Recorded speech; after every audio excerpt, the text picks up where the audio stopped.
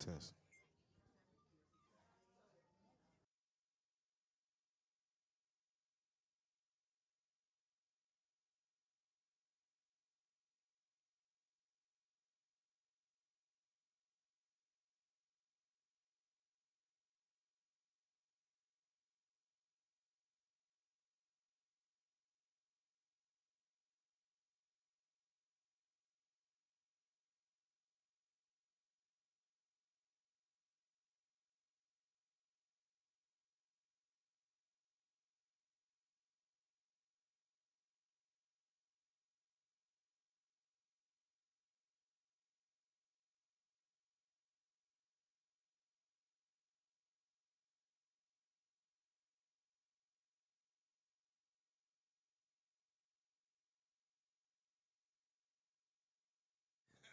That's good. Look, I want to gather the candidates so we can do the pictures real quick so we can get that out the way. If we can make an announcement. Yeah. Testing. 1, 2.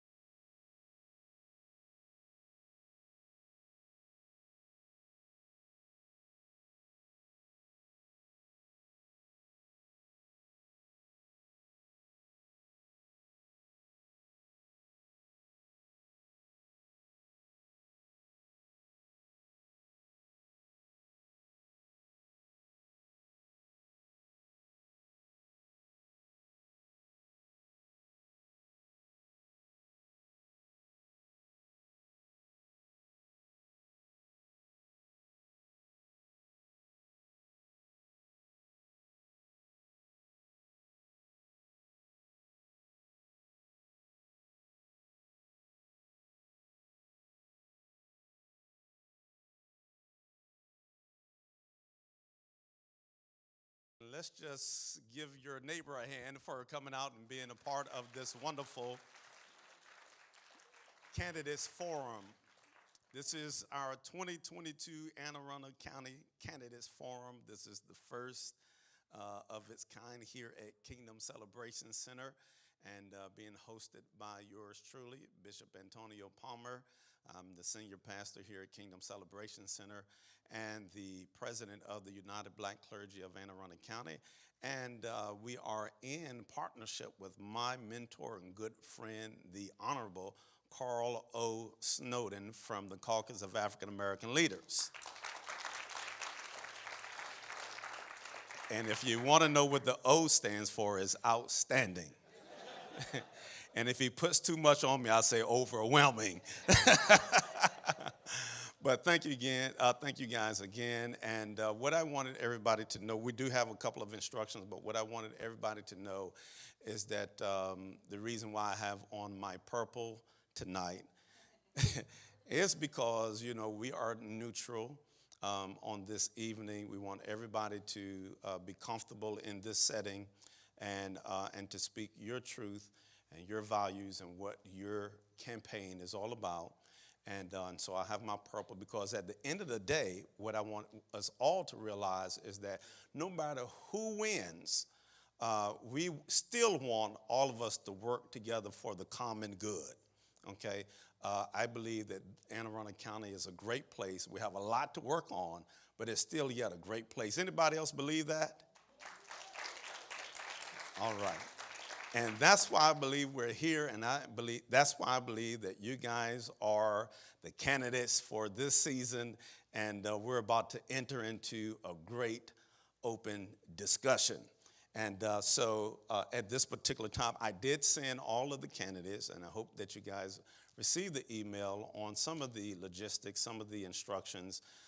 And because we have a great host of candidates on this evening, we had to limit and restrict the time for your answers. So your elevator speech has to be on point tonight because you only get 1 minute.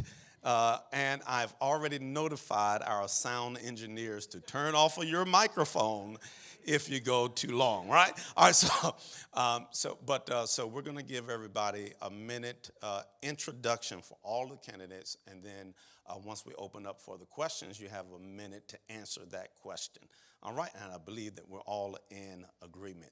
Well, since you are in the house of the Lord, I want to open up with prayer, if you don't mind. Okay, so it is our custom to stand for prayer.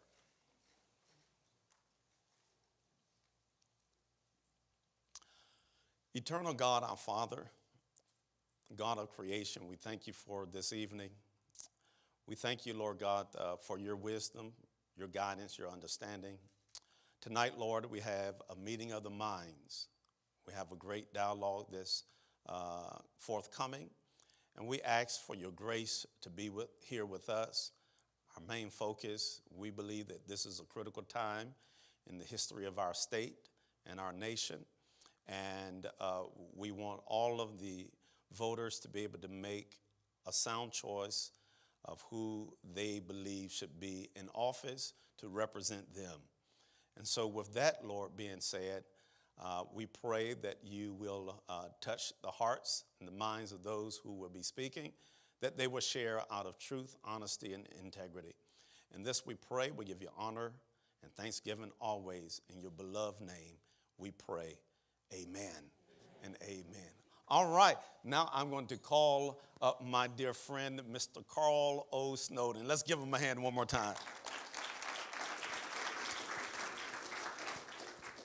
Let me thank Apostle for hosting this Black Clergy of Anne Arundel County. Tonight is a very important meeting. I don't want you, the candidates that are here, to just speak to the people in this room. This is being broadcast live.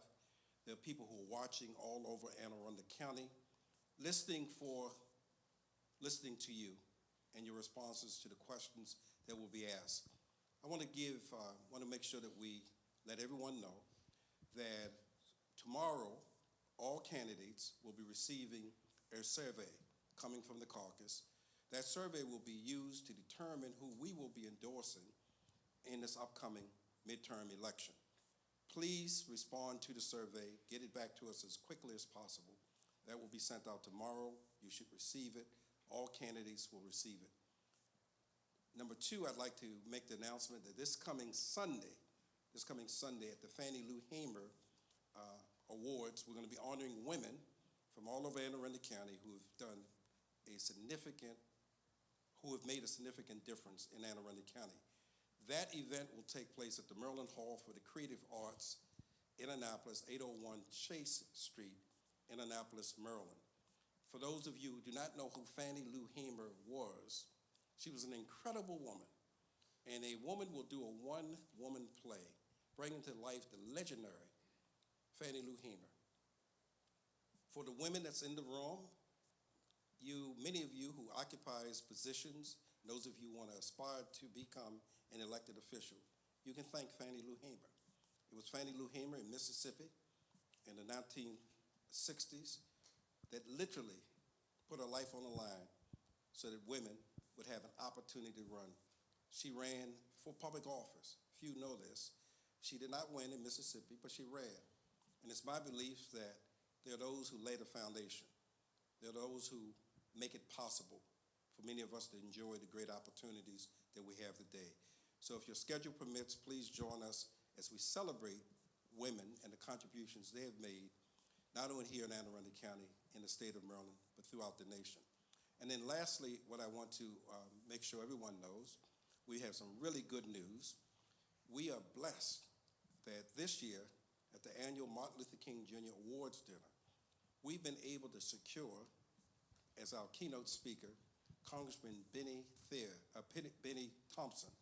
Congressman Benny Thompson is chairing the January 6th hearings. He will be the keynote speaker. That event will be taking place here in Glen Burnie at the LaFountain Blue, and that will take place, I believe, on Friday, January 13th. You will not want to miss that. And I'm saying this message directly to those who are watching by Facebook. Tickets will be going on sale. We expect it to be sold out next month. So please get your tickets early for this incredible event. So with no further ado, I turn it back over to my beloved friend, Apostle. We'll get the program beginning. All right. Well, let the party begin. Oh, I shouldn't say party, huh? It's just I do want to mention that the gubernatorial candidate, Wes Moore, did call, and he salutes everyone for tonight's candidate forum. So just had to mention that. And also, Delegate Dana Jones, who was scheduled to be here, she did RSVP, but she's out with a stomach virus, so we do solicit your prayers for her. Okay, so what we're going to do, we have a certain order that we're going to go in, and so as you see that we don't have but a limited amount of seats that are here on the platform, so we can't have all 28 candidates, I believe, that signed up to be on at one time, but we have a little strategy for the candidates to come. So we're going to do this in this particular order. We're going to first bring those who are running for the senatorial campaign. They're going to come, and then followed by the delegates, those who are running for delegate. And so since we have a good score of candidates running for the House of Delegates here, we're actually going to have two groups come, and then followed by those who are running for the county council, followed by those who are running for sheriff, and then those who are, we've grouped the courts together for the clerk of the circuit court and also the orphans court that we have, and register of wills. So they're going to come after the sheriffs. So let's begin with calling to the platform the candidates who are running for Maryland Senate. Senator Pam Bidle, Senator Clarence Lamb, Don Guile, Delegate Sid Saab, Kim June, and Senator Sarah Elfreth.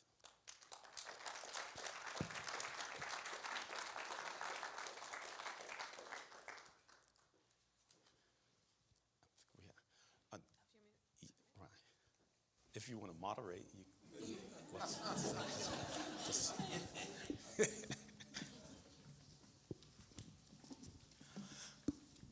Okay, so we're going to start off with the introductions for each candidate. So we're giving you 1 minute to just share and keep in mind that you not only have the in-person gathering here, but also there are scores of people who are watching by way of live stream. So take a minute, if you will, and we could just really go right down the road here and share, introduce yourself, and whatever else you want to say in 1 minute.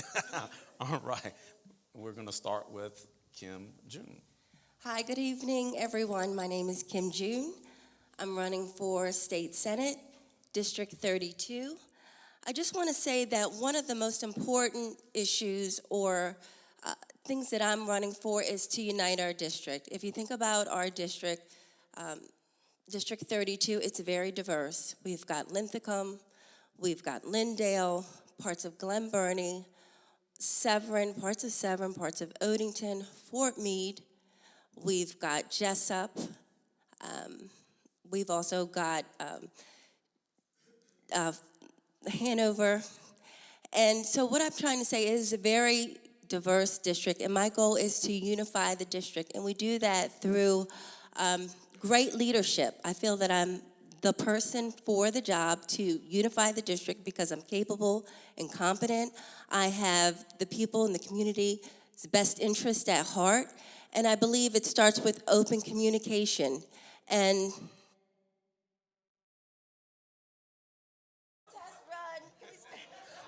We're on point. I tried to warn you. Okay. Well, let me do this because I did fail to mention this, that Miss Priscilla Monroe, who's a member of this wonderful church, also invite everybody to come out on Sunday, by the way. Shameless plug in. But Miss Priscilla has the clock, and again, our sound engineer will turn your microphone off. Okay, let's go with Delegate Sid Saab. Hold on, I'm gonna time myself. 10 seconds is going by. No, just.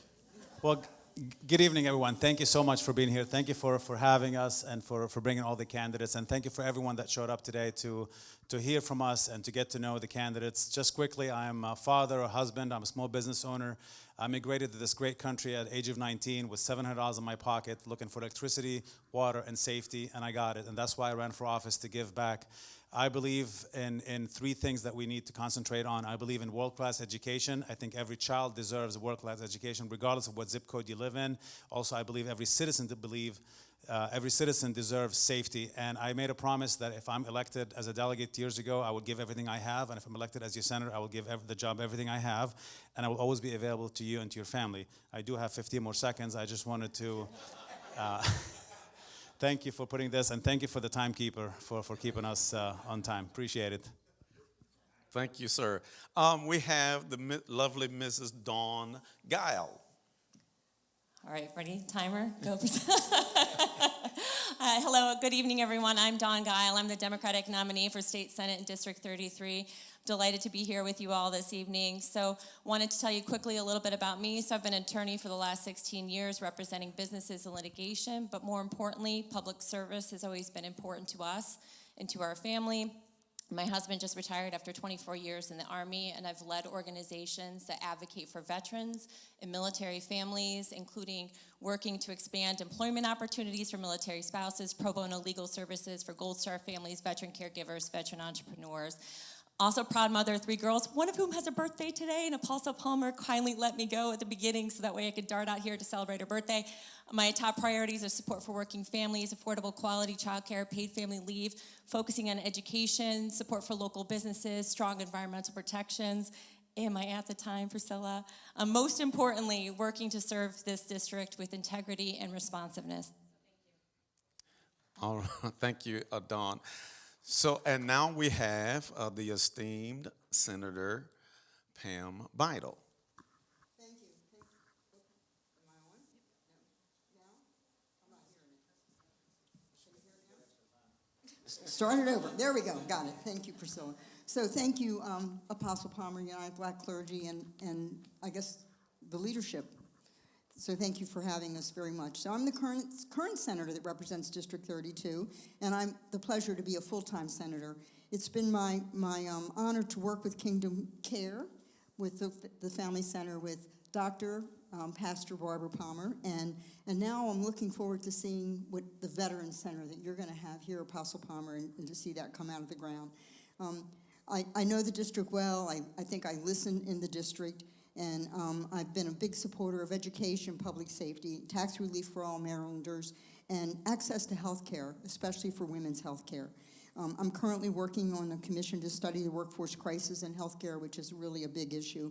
And I look forward to continuing to serve all of you and working for you. Thank you. Awesome. Okay, next we have Senator Clarence Lamb. All right, well, thank you. Good evening, everyone. I'm State Senator Clarence Lamb. It's a pleasure to be here. I want to thank the organizers for convening this and bringing us together. This is really incredibly important. And so I have the pleasure of representing District 12, and with redistricting that took place earlier this year, District 12 now goes from Howard County into northern Anne Arundel County. So I am new to Anne Arundel County, but not new to the General Assembly. Hope to represent District 12, which is northern Anne Arundel County. My background is as a physician, so healthcare is obviously near and dear to me. But as some of my colleagues have mentioned, we have a strong record in being able to help continue to protect our environment, grow jobs, support needs for our infrastructure, and help improve public safety. And really proud of the record that we've had in the General Assembly to help working families, making sure that we have family medical leave, targeted tax credits, support for childcare that's incredibly important. I'm also running with my colleague, Gary Simmons here, and hope to have your support. Thank you, Senator. All right, and finally we have Senator Sarah Elfred.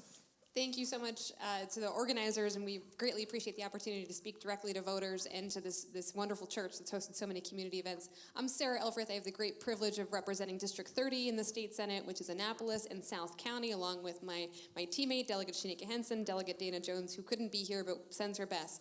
I've spent 4 years working hard across the aisle and across the state to pass 65 common sense pieces of legislation, all with bipartisan support, on everything from broadening our infrastructure to reduce the digital divide, to supporting women's health, to supporting expanding public safety with the largest public safety budget in state history, along with incredibly important transparency and accountability measures for our public safety members. Really passionate about veterans issues, supporting small businesses across the district, and keeping our environment, our Chesapeake Bay generations to come, and looking forward to the next question. Thank you. Let's give it up for all the candidates for the senatorial race here. Okay. All right, so we actually have, because of the restriction of time, it was a great turnout from a response from all of the candidates here. We have pretty much, we're going to ask 2 questions for you guys, and then we're going to go ahead and get to the next group. So I think that's easy, right? Okay, these are hard questions. No, I'm just kidding. All right, so I'm going to ask a question, and followed by the Honorable Mr. Snowden. He's going to ask a question as well. So what I'm going to do is I'm going to ask my question. We're going to go this way, and then when Carl asks his question, we're going to just come back the other way. All right, that made it easy, didn't it? Well, I'm telling you, we're doing good, aren't we? I don't know. No, but okay. All right, so here's the first question for each of you, and the question is, according to census data, Anne Arundel County has changed tremendously over the past decade. More diverse communities are emerging with varying needs. As senator, what is your vision for mobilizing and strengthening families through the lens of race, equity, diversity, and inclusion? How will this be evident in the legislation you champion in the Senate? Okay, that's a great question. It's on. This is exactly what I was talking about earlier. My goal is to unify the district because it is very diverse. I've lived in Anne Arundel County all my life, and I have 2 boys, young men now, and I think it's very important to recognize that it's a diverse community and we need to address the needs of everybody in the community. I think it's important to reach out and make yourself available. Lines of communication need to be open. We need to have the community's best interest at heart. And we need to make legislation that doesn't show bias or favor. So that's what I'll do. Thank you. Thank you for the question. So, politics is an interesting, I guess, profession. And I believe Anne Arundel County is just like America is a melting pot. We have, especially in our district, District 33, we go all the way down to Davidsonville, which they have completely different needs than Crofton area, and Odenton has different needs, and if you go up to the Broad Neck, it has different needs. But I think a lot of the needs, we all share the same common issues, that we all want safe communities, we all want good schools. But I think one of the bigger problem that we have, there's so much hate and there's so much divisiveness in politics. And politics, when I say it's a dirty business, it is a dirty business. Politics doesn't have to be war. Politics has to be compromise and finding the middle ground between not left and right, between different ideas from different sides. And for 8 years, I've worked across the aisle, and I'm always open to find legislation. I'm always in the community. I pretty much in the community, I do it almost full time. I'm in community meetings. I'm involved in a lot of the things. Thank you. Dawn.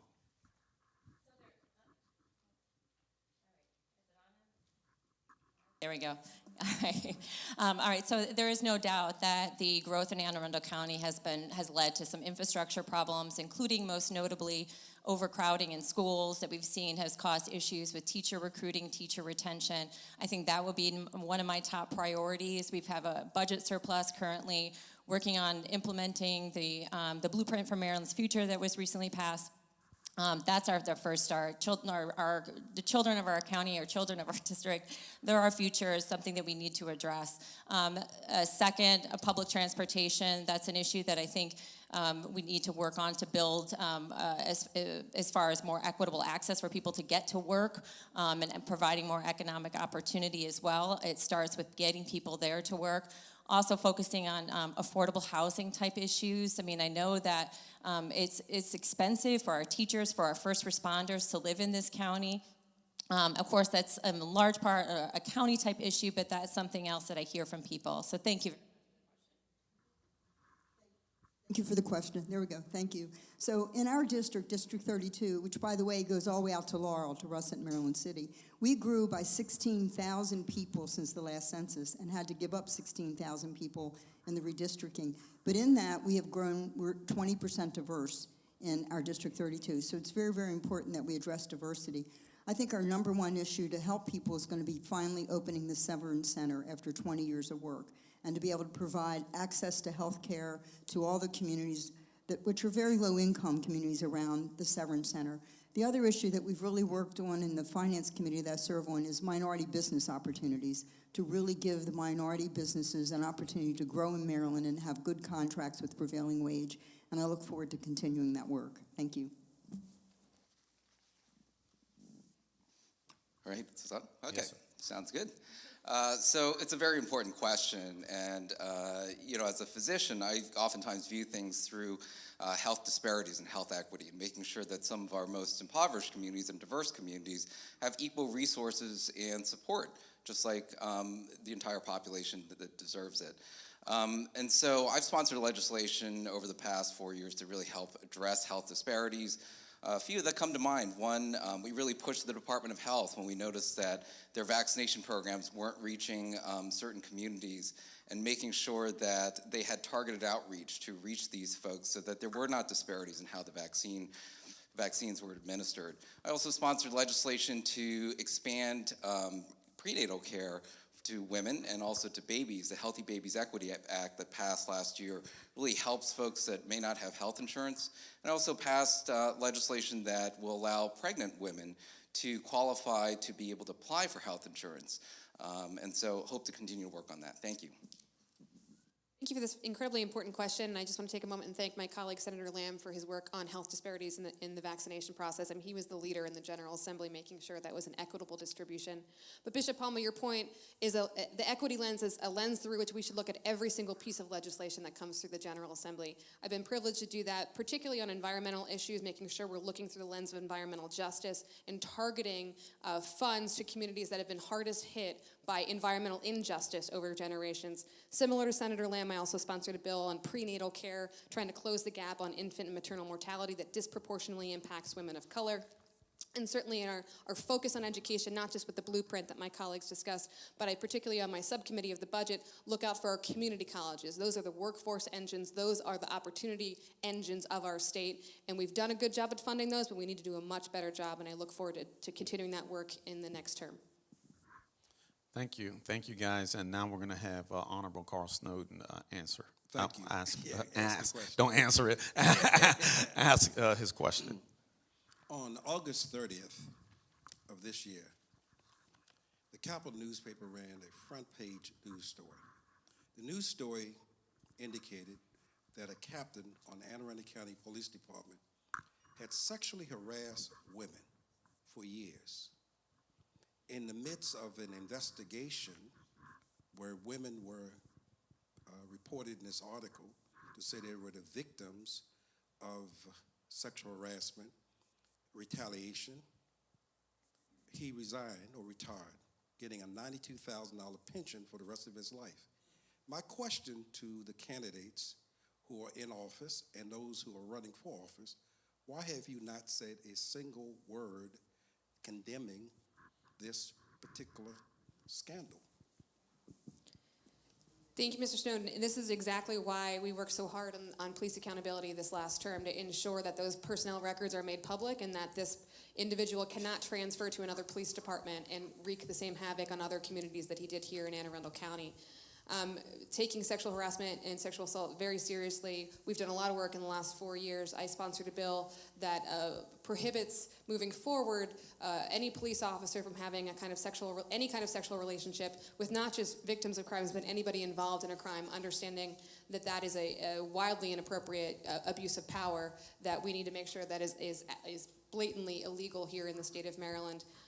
We are unwinding a lot of history of particularly gender inequity and mistreatment and abuse of women in our society. And the more representative the General Assembly is, the better we're going to be able to handle these issues and prevent them moving forward.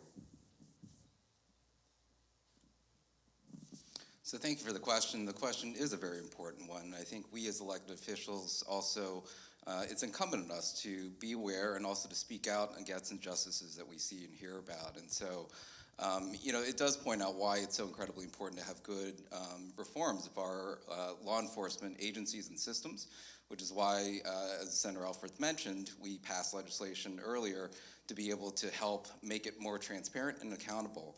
I, in the Senate, chair the Joint Audits and Evaluations Committee, which is really the key oversight committee of our state agencies. And so we have taken a hard look at some of the inequities and injustices, and every year we have an Equal Employment Opportunity Commission report that comes to us as part of the Joint Audits Committee, where we review some of the issues and concerns similar to this that are brought up throughout the state.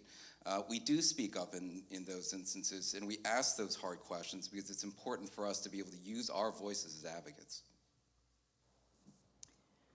Thank you, Honorable Carl Snowden, for the question. And it's a very difficult issue, whether it's a police officer or any public official that has trust to be able to do that kind of activity at work, particularly, and get away with it. So I do think that's why we supported police accountability and to change how we are handling our police department violations. And I'm sure that that'll be heard in our new process. But I want to give my colleague credit for the bill that she sponsored and passed about when a police officer approaches a woman inappropriately and how that's handled. So I think we're making progress. I think we probably have more to do, but going forward, I'm sure that we'll address it. Thank you. All right. There can be no doubt that sexual harassment in the workforce, retaliation against victims to report sexual harassment is flat wrong. mean, I've spent the last of my nonprofit leadership and volunteer time working to expand employment opportunities for military spouses who are 95% women. Women in particular in male-dominated fields experience higher levels of harassment, higher levels of sexual assault, and I absolutely condemn this type of behavior. Additionally, I would echo what has already been said, that police accountability measures need to be in place to ensure, and transparency measures to build trust within the community.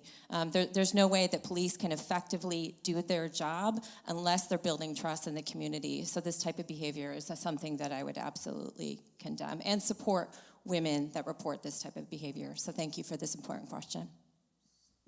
Thank you for the question. I echo their sentiment. I think it's wrong whether it's a police officer or anybody in authority that actually sexually harasses anyone. And I think there's a lot of, 99% of the police officers are good. There's always, a small percentage of people that do bad things. And I think when we do reform, we have to specifically target those specific issues, because also when we do reform, we'll make sure that the police are also being protected, specifically about the police. But I think in general, I think this is not a partisan issue. This is something that Republicans, Democrats, and everyone in the middle has to work on coming up with something that is beneficial, that protects our women and our community. Thank you.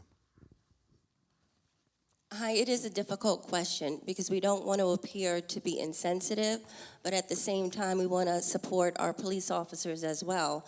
And so it's important for us to understand all the issues, but at the same time, we need to, again, be sensitive. Just like everyone said, there's a lot of history here, which would make us suspicious of the police officers in general, but this is one incident, and we should be aware of that. Always condemn sexual harassment, or any behavior that's inappropriate, absolutely. But my platform is that I do support our law enforcement officers. We need them to create safe communities, and I think it's more appropriate to have the funding and the resources and the training so that something like this doesn't happen. All right, we'd like to thank all of our candidates who are running for their senatorial campaign. Hold up, guys. I want to just reassure you all that even though we only had 2 questions for you, that the community at large is paying close attention. And so thank you guys for answering as honest as possible. And we wish you the best for your campaign. Give it up one more time for Sarah Elfreth, Clarence Lamb, Senator Pam Beidle, Don Gao, Delegate Sid Saab, and Kim June. Thank you.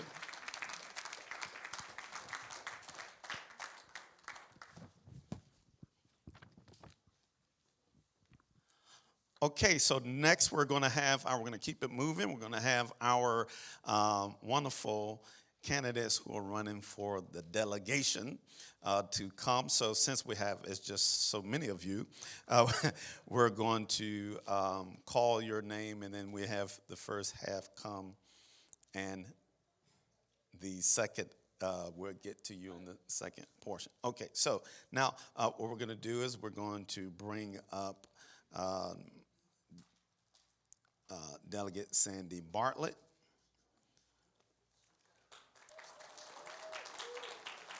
Is Delegate Mike Rogers here? I don't know. Okay, all right.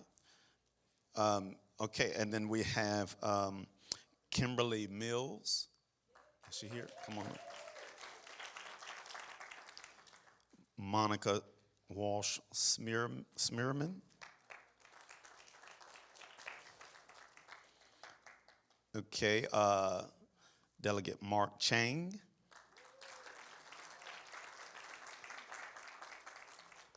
Okay, and we have John Wakefield.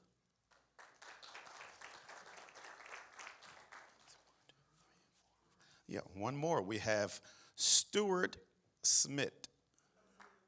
Did I say that right? Smith. All right. Okay, let's welcome them all here. And I got Stuart sitting right beside me. I got the hot seat. In the hot seat. Okay, again, we're going to have a minute intro from each candidate, and followed by 2 significant questions for our community. And so we're going to start here with Stuart. Here we go, testing. Thank you, Reverend. I just want to introduce myself, Stuart Schmidt Jr., running for the House of Delegates, District 33B. I'm a lifelong Maryland resident, born and raised here in Anne Arundel County. After 17 years of growing up in Glen Burnie, I left to go to Salisbury University, where I went on to pay my way through college, working multiple jobs to do that.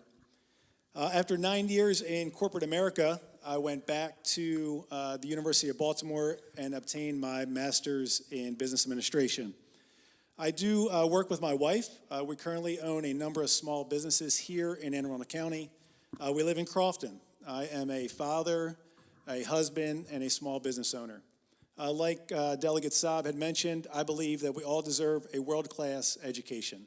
My mom was an educator here in Anne Arundel County, and I believe in giving back to this community. So I'm proud to run for the House of Delegates. I believe I'm the best person suited for this position. Thank you. And we have Mr. Wakefield. Hi, I'm John Wakefield. I'm running for delegate. I also had a childhood and family and friends. Here's what I want to do for the district. I want to bring our tax dollars home and put them to good use in our community. We just passed some big federal spending bills, and I want to make sure that those dollars get put to use in our area. Infrastructure, we've got a lot of flooded roads here and a lot of roads that need improvement. I also want to be a strong defender of women's reproductive rights, and I want to sort of help fight against overdevelopment in this area, because you might have noticed driving around that there is some congestion on these roads. And so I like the way our community is, and I want to help keep it that way. And I could use your support in November to make that happen. Thank you very much. Awesome. Delegate Chang. Good evening, Kingdom Celebration. Thank you, everyone, for being here tonight. Thank you so much to Apostle Palmer and the Honorable Carl Snowden, and to each and every one of you for being here. And thanks to all the candidates here that have stepped forward to put their name out there to serve and represent the district and the county and the state. As the Vice Chairman of the Appropriations Committee, it's been a great honor to be able to serve for the past 7.5 years representing the 32nd District. We've been able to work on the budget with a $60 billion operating budget and a $4 billion capital budget. And the budget is reflective of the values that we have. And because of that, we've been able to serve our county and our district in a very effective way. But also in addition to the fiscal issues, I've been able to work on legislation to strengthen our hate crime system. So thank you so much for everybody for being here today. Thank you. And Ms. Smearman. Thank you. I'm Monica Smearman. I'm running for delegate in District 32 as well. I am a lifelong resident of Maryland. I grew up in Carroll County, and I've spent almost 20 years here in Anne Arundel County. I've grown up in community service, 35 years, pretty much my entire life, as well as I have over 20 years in sales, service, and hospitality. I've spent my entire life in front of people and listening to them, listening to what their needs are, trying to assess that. I'm currently the president of my local community civic association. We have taken that idea, we've taken community, we've taken listening and developing things together, and we have taken a community association that was dying for a town that literally came together for one event a year. We come together every month of the year now. We have increased our events by 500%. We have increased our volunteership and community awareness. Let me help bring that to the rest of. Thank you, Ms. Mearman. Next, we have Ms. Kimberly Mills. Thank you. I go by Kim. So thank you guys for letting me be here tonight. Thank you all. This is an honor. I just want to tell you a little bit about myself. I am Kim Mills. I'm running for 33A. I'm a lifelong resident. I grew up in Gambrels. I graduated at Arundel High School. And the person that is here that wants to take this seat in Annapolis has had some experience that I think is going to make it very important in decision making. I was a teenage mom. I learned what it was like for people to judge you based on what they saw you as. I'd had a time that I worked at the police department. I learned how to deal with people in very difficult situations. And I'm a 30-year realtor, so I also know about negotiation. I plan to take all of that skill set together and take it to Annapolis. I have a very open platform. I like to talk to everybody. I want to hear you. I want to take your voice to Annapolis. It will be me in the seat, but I'm always open to the conversations to make things better for all of us. Thank you so much. Thank you, Kim. Kimmy? No, I'll just play Kim. All right. All right. So, and so finally we have the lovely our delegate, Sandy Bartlett. Thank you, Apostle. Apostle Palmer, First Lady Palmer, and Honorable Carl Snowden, thank you so much for this evening, and thank you each and every one of you who came out. When we have candidates forums, we never know if there's going to be more candidates than there are, voters. So I'm glad you came out tonight. This shows how important things are to you. My name is Sandy Bartlett. I serve on the Judiciary Committee. I'm an attorney. I practice in the area of trademark and copyright. However, my heart and my passion is in the area of criminal justice, and I help sexual assault, pro bono sexual assault survivors. This is the work that I do because I love it, and it happens to be my passion. I've been involved in politics ever since college. So, and I'm only, 21. So, so thanks again, and I look forward to your question. All right, let's give it up for all of the candidates. Now we will begin our questions. I'm going to ask a question, followed by the Honorable Carl Snowden. He's going to ask a question, and we're going to do just like we did with the senatorial candidates. We're going to start on this side and go around, and then when Carl asks his question, we're going to start on that side and come back over here to me. All right, so the first question, and I love this question, by the way, and imagine today is the first day of session in January 2023. What type of legislation would you first draft and why?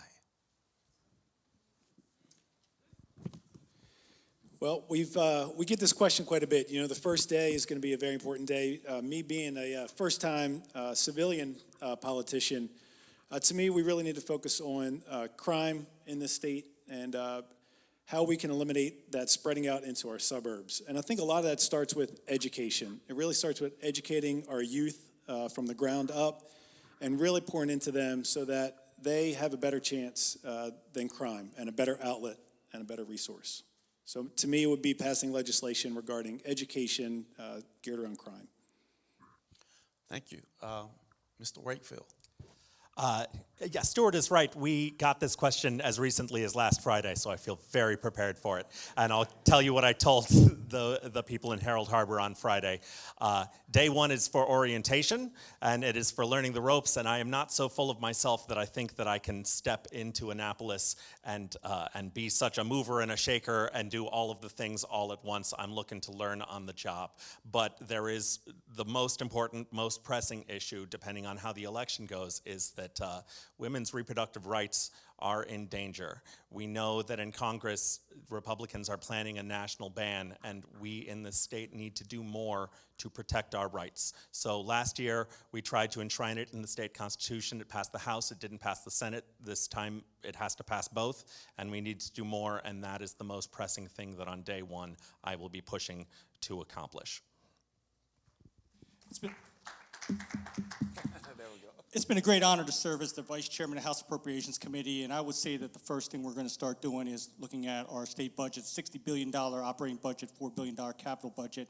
My colleague, Delegate Shanika Henson, and myself, we serve on the Appropriations Committee together, and we're going to be looking at ways to allocate the $2 billion surplus that we have and also additional funding that we're going to be receiving from the Inflation Reduction Act. So these are ways specifically we're going to make sure that every Marylander has a seat at the table and that no one gets left behind, but also making strategic investments in our capital budget, such as that's been made with the Kingdom Celebration with the teen moms to help them finish high school, and also with regards to the helping veterans. These are specific ways we're going to help with the recovery from the pandemic and also the economic factors that we're going through. Thank you. Thank you. I would actually start by introducing a bill to reduce the corporate tax rate and to also introduce more small business incentives. I think that we really need a great big shot in the arm for a lot of those small businesses still after the pandemic.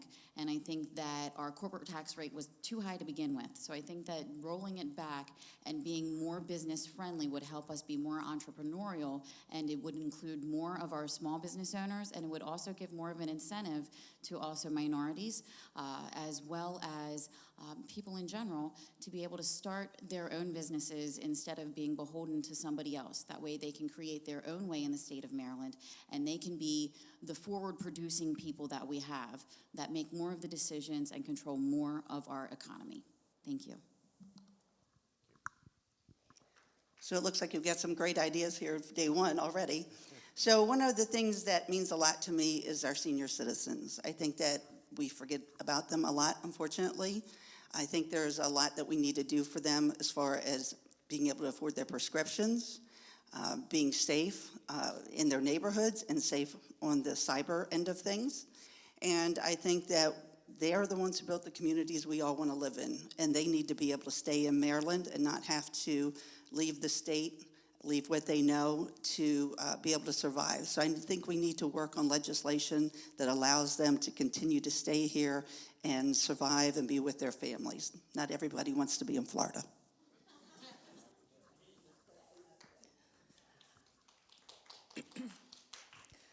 On day one, in fact, we've already got some bills pre-filed, and I won't steal our clerk of the court, Scott Poyer's thunder, because it's actually his bill. But I will say that last session, I was fortunate enough through a lot of work with advocates to pass the Juvenile Interrogation Protection Act. So I have part two. And that part two is eliminating the ability for law enforcement to use pretext. The Supreme Court said that law enforcement may use pretext when interrogating. However, the Supreme Court has also allowed, when it comes to minors, not to allow states to forbid law enforcement. By pretext, what I mean is simply stating that if you tell us you did it, if you confess, you can go home. Or if you, your parents are right outside and they're going to be really mad at you, I'll tell you the rest later. All right, Mr. Snowden, if you will. Yeah, I don't want to appear to only have one question, but I do. Because I think it's important. Women, I happen to have 6 sisters in my family, and I understand sexism as well as I understand racism. My question again, and I want to be very clear, this was a public article, August 30th, where a captain allegedly sexually harassed women in the article said they felt they had no voice, nobody they could turn to. So my question to each of you, this is an article that was front page, why have you not spoken out? Why has there not been a single word said by any of you on the conduct of Captain Jeffrey Silverman? Well, as a sexual assault survivor, I speak on this issue when I can. And I do a lot of work for sexual assault survivors behind the scenes. I don't always make a public announcement on my feelings with respect to my admonishment or condemnation. However, I do respect your point, and we must lead by example. So I appreciate your question, and I will continue to push legislation that will help end hopefully as best as we can, sexual assault. Thank you very much, and sexual harassment. So that's a wonderful question, and I'm guilty. I did not speak up on it, and I should have. I've experienced it. I work for the county. I was a victim of it. So maybe it's the gut-wrenching that I felt when I read about it, when I heard about it. I don't have a good reason, but that shows that we have a long way still to go. And I appreciate the question, and I think it should show us that we need to do better. Thank you. I too am guilty. I didn't see the article. I wish I had eyes everywhere, but I don't. And it is as well being a female. And I think being in any industry, but being in the restaurant industry, it's a very handsy industry, and there's a lot said. It's a very serious issue. It's been a very serious issue. It hasn't gotten any less of a serious issue. It's just gotten a little quieter. And I think that it's extremely important that it is addressed. And had I seen it, I would have said something, because I usually do. It means a lot to me that people stand up for women's rights, for representation, and that we have bodies and we are individuals, and it doesn't give anybody any right to say anything, touch us, or do anything to us for any reason without our consent. And I think that's very important to recognize, remember, and stand up for. Thank you very much, Honorable Carl Snowden, for asking that question. It's a very disgusting and really despicable actions that have occurred, especially the person being named, or that was in the article, actually had led the Western District in this area. To the group of people who, I regret to say, I did not see the article, so I was unaware of the situation. Growing up, I played soccer, and my soccer coach was a police officer who later went on to become the chief of police of the city of Germantown, and he was my hero. And then recently I went to look him up and be like, whatever happened to Coach King? And it turned out that he had bounced around from place to I too want to echo what my running mate Kim Mills said. I am guilty for not speaking up. And my wife was a part of a situation that occurred, and we all must do a better job. We have to be more transparent. We have to be more accountable. I echo what my colleagues have said. We all have to stand up, and we got to speak up and be the voice. We are the role models. That's why we are in these positions. That's why we put our name in the hat, to stand up for the community and stand up for these rights. So I pray that person can be forgiven in God's name, and that that he'll be better off at the end of the day. But we all must be accountable for the actions. So thank you for the question. All right, thank you. And let's give it up one more time for all of our wonderful candidates for the delegation. And again, we want to keep in mind that even though that there are some people that are here for our in-gathering, but there are also several who are watching online at this very moment, and everyone is really taking this forum seriously. And so thank you guys for your answers with all your honesty. And so we're going to give it up one more time for Delegate Sandy, Kim Mills, Monica Smearman, Delegate Mark Chain, John Wakefield, and my friend Stuart Smith. I just met him today. All right. Thank you.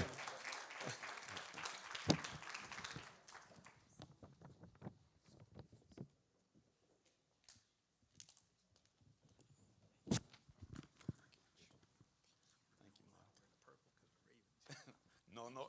Now he's messing up already. He said something about the Ravens, and I'm a Steelers fan, but that's okay. No. Good, thank you. See, she has on black and a little gold there, but I'm just kidding.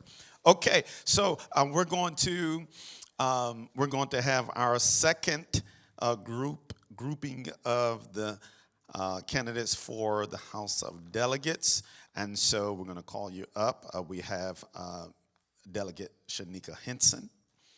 She's coming. Delegate Heather Bagnell. Mr. Gary Simmons.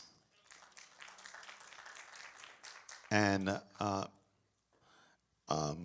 Councilman Andrew Pruski was here earlier, but he also had another event, but he has someone in representation on tonight, and that's Mr. Joe Franco. And we have Milan Porin. Did I say that right? That's good. All right. I hope I didn't miss anybody. Okay.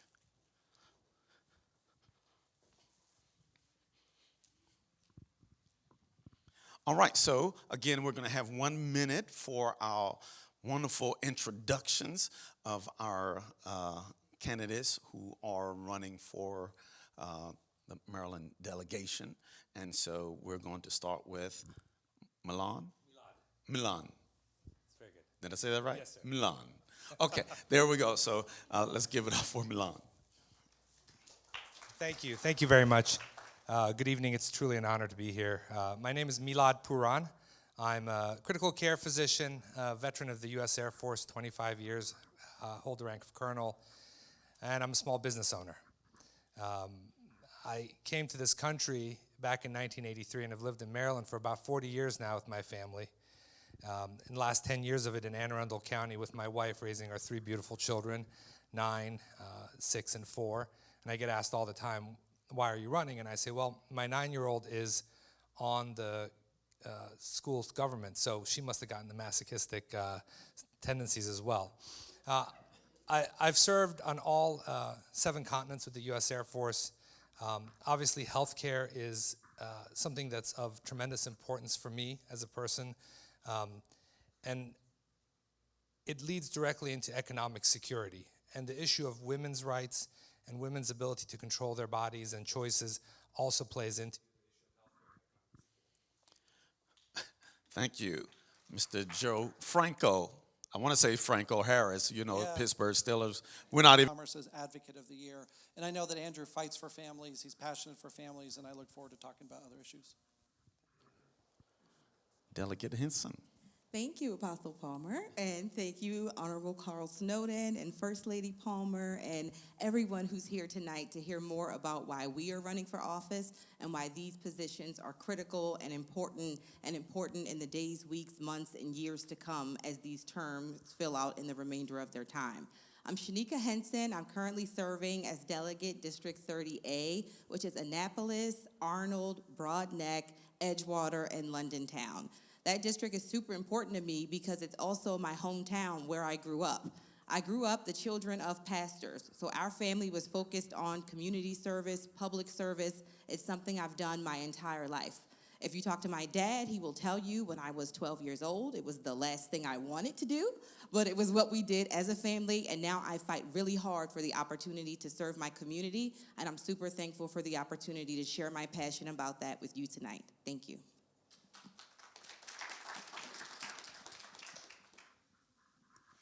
Good evening, I'm Delegate Heather Bagnall, your delegate in District 33. I currently serve district-wide, but I'm running for District 33C, the newly created. I'm an artist and arts educator, the first playwright in the Maryland General Assembly. I'm a member of the Health and Government Operations Committee and vice chair of the Anne Arundel County delegation.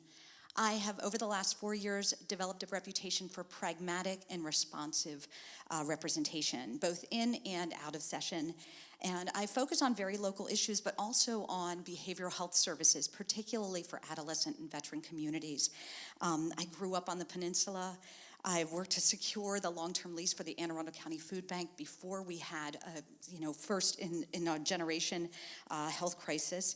And I focus on public safety, child care, behavioral health care, access to the full range of reproductive care, and a world-class education, including STEAM and apprenticeships, regardless of zip code.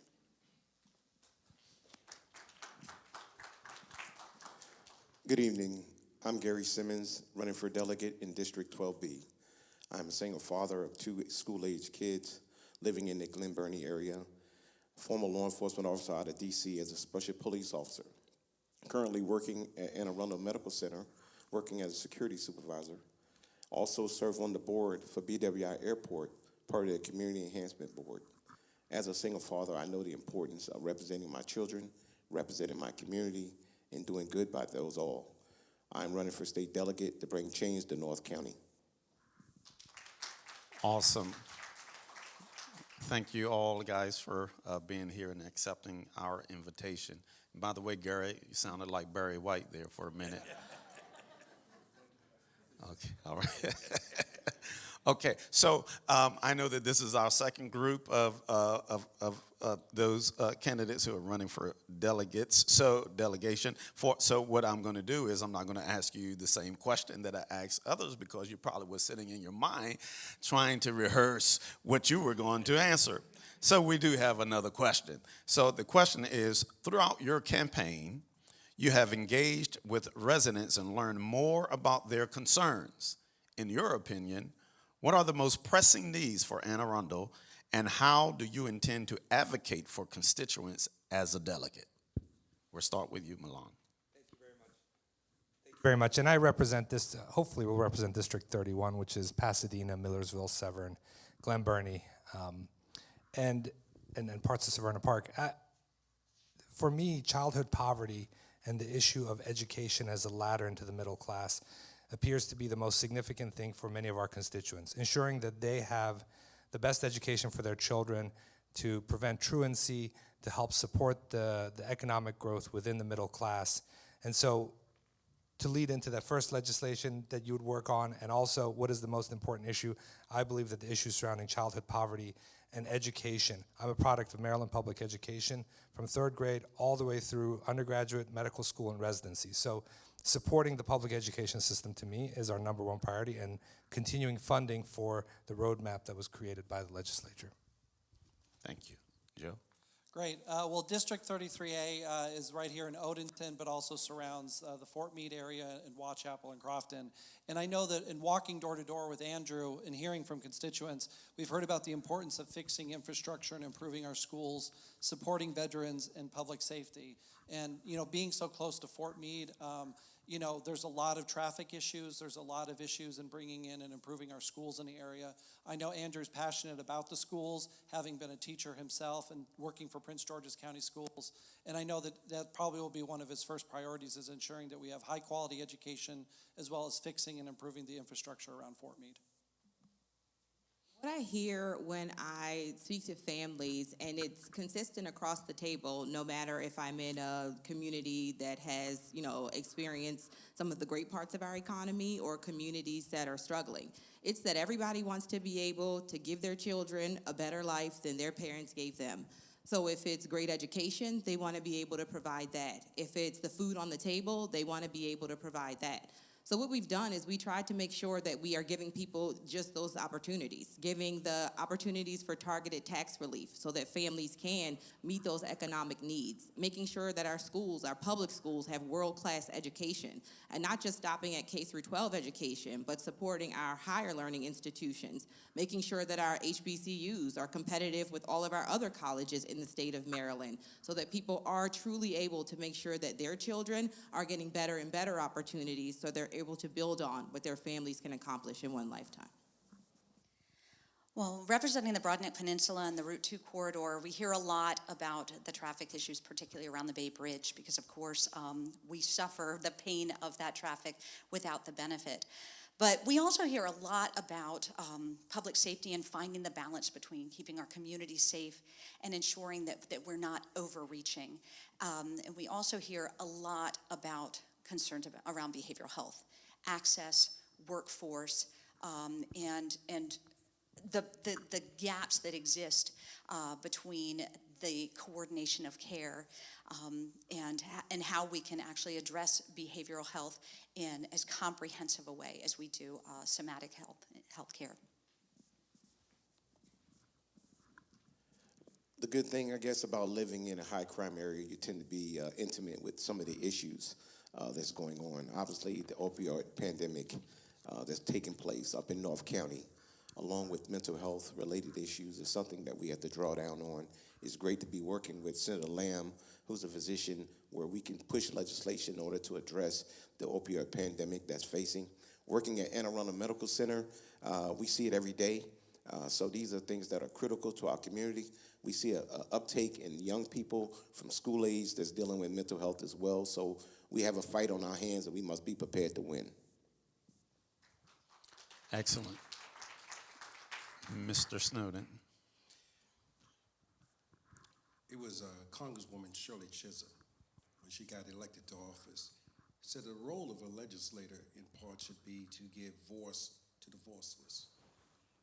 I come back to the August 30th front page news article where women are saying that they are being harassed and they have nobody to turn to. I'd ask the same question. Why did you not say anything? Why did you not issue any statements regarding this deplorable act of a captain who served on the Anne Arundel County Police Department, who acknowledged that he harassed women? He retires, gets $92,000, and there's not a single word said by any public official or any candidate for public office. Why did you not say anything?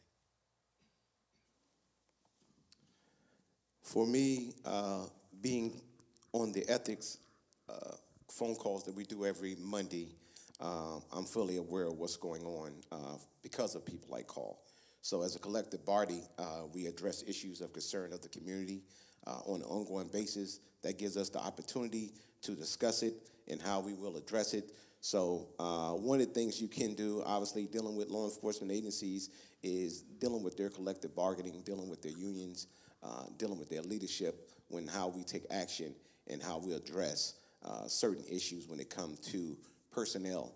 So it's a matter of us really working with the unions, working with their leadership, and working with our county exec's office to bring truth to power when it comes to what's taking place with our police department. Thank you. Well, Honorable Carl Snowden, I want to thank you for this question because this is a challenge in my district. And I will confess I didn't see the article, and I didn't respond immediately when I did see it eventually. But I am asked and tasked often to be the voice, the only voice in my district. And it is frustrating, and it is why I have worked to create consensus, to move the needle in my district, to raise awareness, make us a more compassionate and empathetic and engaged district, why I have not shied away from speaking out on really difficult issues, things that were challenging in my district, to make the case for why we need to be part of the solution. So I apologize that I missed the mark on this one, but I won't miss the mark on the next one. So thank you. Yeah. Thank you, Carl, for the question and for your work to bring a spotlight to this issue and to many other issues that are similar in nature. My greatest benchmark, I think, of success would be the kind of public official whose work speaks for itself. If it's these 8 women who have been courageous enough to share the abuses that they endured and are able to get the support that they need, then I want to be the kind of public official that they know they can count on. If it's a police officer at the Annapolis Police Department who's the victim of racism, I want them to know that they can count on me because I've been there. If it's judges in a judicial bench that's been all white for 350 years and doesn't have the diversity that reflects the county, I want them to know they can count on me and I'll be there.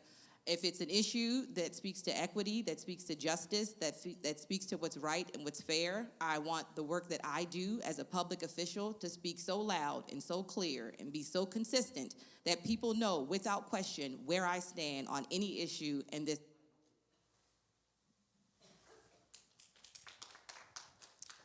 Well, I can't speak specifically on Andrew's statements, but I can say that Andrew has led efforts to establish a Human Relations Commission that has the power to prevent workforce discrimination as well as housing discrimination.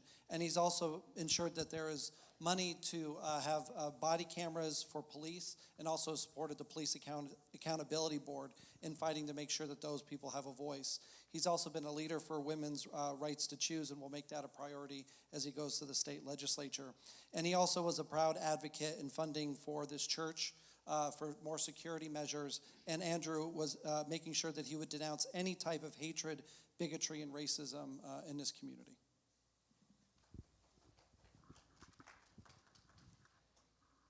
I saw the article, didn't know enough of the facts to make a comment, but when you're making excuses, you're on the wrong side of the ledger. 10 years, that's how long it took for this to come to light. That to me is unconscionable. As a business owner, whenever I put contracts in front of my employees, I always tell my women employees or new hires that they need to negotiate, because they just don't. The men negotiate till you don't want to hire them, but the women don't. As a father, I've learned it's because daughters are often taught that they're not worth it, or they're not valued enough to negotiate that. We're changing that. I see it a change in this new generation. And I'm teaching my son that when he hears that kind of talk, to shut it down. Because his sisters, I love him more than I love him. But that's not true. It starts from the family. It starts from our individual actions. It starts how we carry ourselves in our small businesses. It's the backbone of our community. And this kind of actions, kind of behavior is completely unacceptable. All right, we'd like to say thank you to all of our candidates running for the House of Delegates. Again, thank you, Gary Simmons, Delegate Heather Bagnell, Delegate Shanika Henson, Joe Franco, who's representing Andrew Pruski, and Mr. Milan Porin.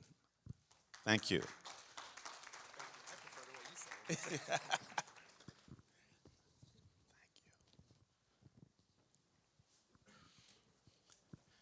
Okay, I think that we are doing good.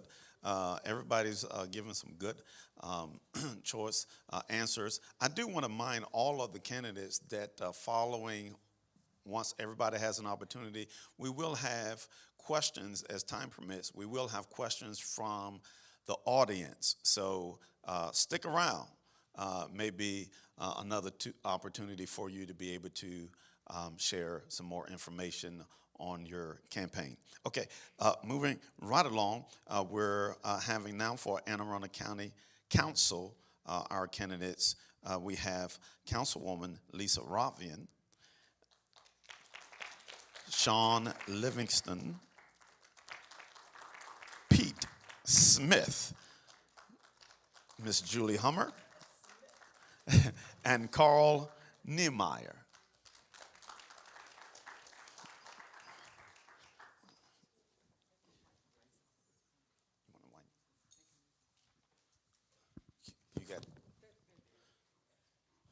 Oh, so we do, I'm sorry, we do have some Clorox wipes in case anybody wants to wipe the microphone off. We do want to make sure that we are safe, and because COVID is still breathing.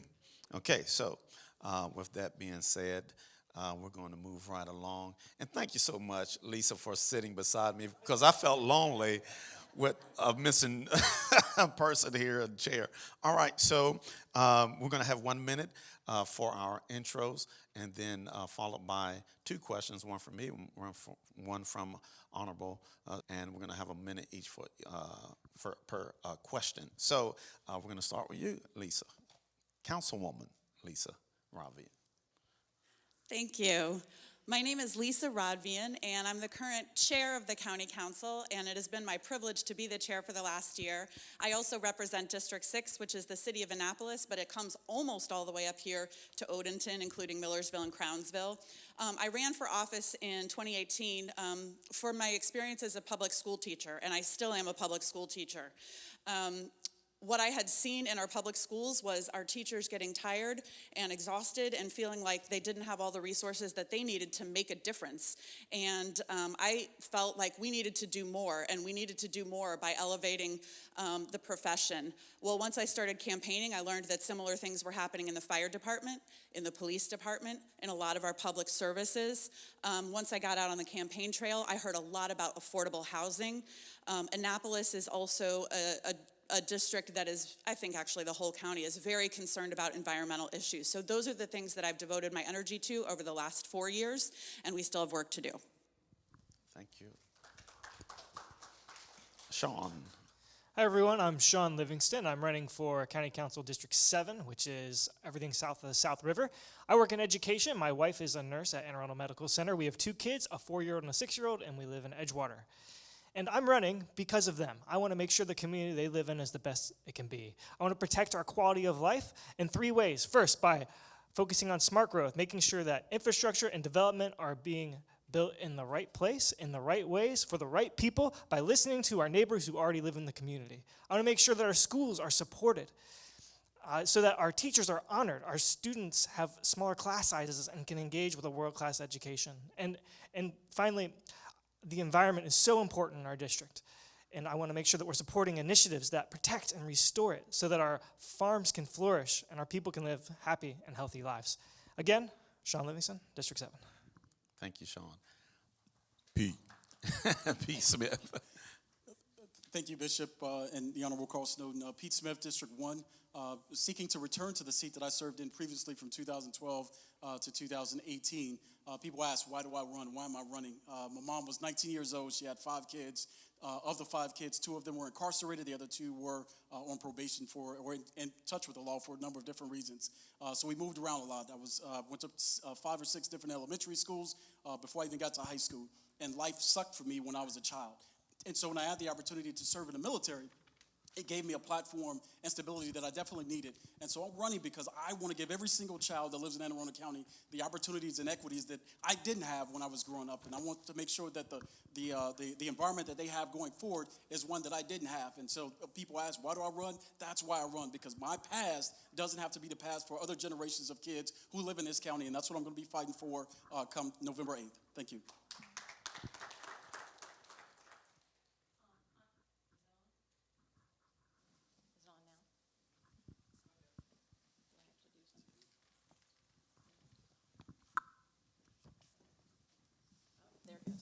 Okay.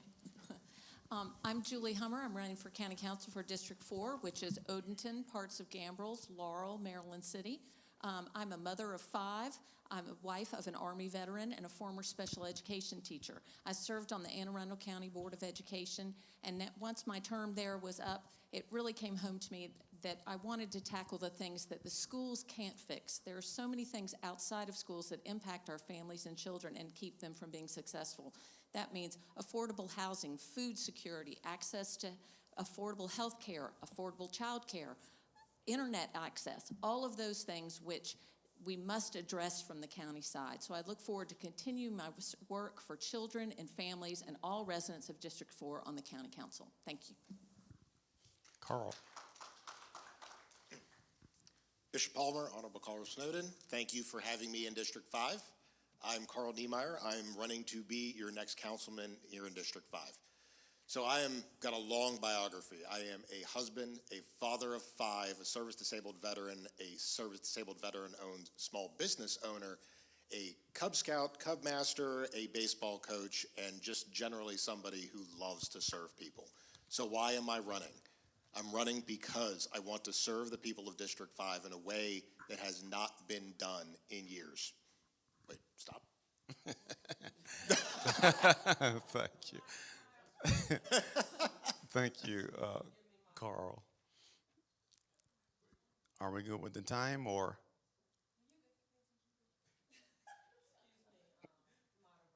Yes, ma'am.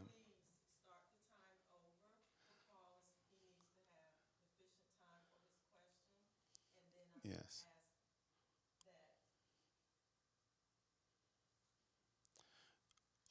Okay, Carl, we're going to do this. We have. Yes, yes. Carl, so we're going to go ahead and give you 30 more seconds. Okay, sounds good. We did get the part that you are a hubby and a cubby. Yes, I am. All right. And flexibility is the name of the game when you came from the Seabees. So I'll work with the 30 seconds I have. So I'm here to serve District 5 in a way that hasn't been done in years. We have not had proper representation on the area that has given people what they need, funded everything that needed to be done, funded all the police, their teachers, actually given the promises that were given to us. We live in a wonderful place, and it can be better, and I will make it better. Thank you. Thank you. Okay, again, we're going to ask 2 questions, one from me and one from the Honorable Mr. Snowden, and you have a minute each per question. All right, so we're going to start to my right here with Lisa, and all the way down, then we're going to come back the other way. All right, so Miss Lisa, how do you see faith-based organizations, non-governmental organizations, and county government working together to help fight extreme poverty? What will you do to ensure non-governmental organizations are adequately funded? Hello? Okay. Well, first, I realized when I started speaking before, I forgot to send my thank yous to the Honorable Carl Snowden and Bishop Palmer. I actually feel like I should turn and ask you this question because I actually think Kingdom Celebration Center has really been a role model for nonprofit organizations around the county in terms of fighting extreme poverty and food insecurity. But I think really organizations that are connected directly to the community are often in the best position to serve the communities because they know them the best. So one of the things that I know our county executive, I think, has done very well, has identified those organizations and tried to provide them the funding that they need and the support that they need so they can go and continue to do their work. And so I would continue with that method of moving forward and saying, let's let the great organizations that we have in our county do the work that they do, and let's give them the funding that they need to do it. Thank you, Carl. Yeah, Sean. so something I didn't say in my intro is I actually work part-time at a church in Annapolis as a children's and youth pastor. And so just echoing what Lisa said, yeah, churches know the people in their communities, better than we ever will, right? And they know the way they do life, they know why they do life, and they know what they're working towards. And I think that we need to make sure that we are always looking to organizations, nonprofits, churches, looking to them to make sure we're taking the next right step. And obviously, we're the ones that vote on the budget, and we have a role in that. And so I will always be behind making sure there is adequate funding to make sure that those organizations have the money that they need and that we have the right mindset so that we are working together and not against. Thank you. Pete. Awesome question. Obviously, I served previously on the county council for 6 years, and during that time frame, I actually voted on legislation, including the budget, that funded faith-based organizations as well as nonprofits who do stuff in the community. I run a nonprofit myself. I'm responsible for the Toys for Tots program, and so I've been helping 13,000 kids in Anne Arundel County for the last 12 years, literally, and many of the organizations that have been in this room have been on the receiving end of me assisting them do what they do best, and that's take care of our kids in the communities that they serve. And so if I'm afforded the opportunity to get back to the county council, you will see me continue that trend because there are some things that we do as a government that are well, and there's some things we don't do well. And part of that is that community sort of bridge where the organizations like churches and nonprofits actually excel at that because that's what they do. And so I'm hopeful that on November 8th, and I will keep beating that drum because it's such an important date, I'll have the opportunity to be back in that seat voting for those same types of legislation. Thank you. All right. Julie? Yes, I just echo, I think that our nonprofits and our houses of worship are indispensable to meet the needs of our community because they do know the people and we must work hand in hand. Just right here in Odenton, we have Kingdom Celebration Center. We have multiple other churches that are meeting the needs in this community, and we need to work with them. When COVID first started, there was no food giveaway in my community, and we started a food pantry out of our garage, and over the next 3 months, we served over 1,000 families giving out food, and then we were able to partner with the county and a local house of worship to bring a regular food giveaway to our community. Those are the things we need to have. We need to partner with them because, as Sean said so well, that churches and houses of worship know their people better than the government ever can, and we must work hand in hand to serve them the best we can. Thank you. Carl. So this is a Niemeyer. wonderful topic. I agree. Churches, nonprofits, myself, and as a man of faith, this is an indispensable tool for the community to work with the government. As with the government, not in place of the government. It is, we can't put a church in place of a mental health center. We can't say that we're going to cut our budget so that we take a non-government organization and put it in there. We have to work together as a partnership, not as a pay-for-play or giving somebody money that they don't need or don't have. COVID was a perfect example. I'm working with a nonprofit right now called Reveille Grounds, so we're trying to get veteran services into this 5-county area just from Baltimore City Center. And would be a great add-on to the Veteran Coalition and the veteran that we have at Anne Arundel County, but not a replacement for it.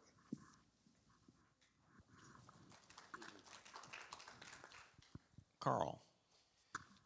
The reason I keep raising this issue, I've got a granddaughter. Granddaughter is My granddaughter voted for the first time. She turned 18. There was, as I've said before, an article in the Capital and the Baltimore Sun. It was widely publicized. And I wanted to know again, for candidates who are running for public office, women are probably, if you looked at who votes, women vote in greater numbers than men.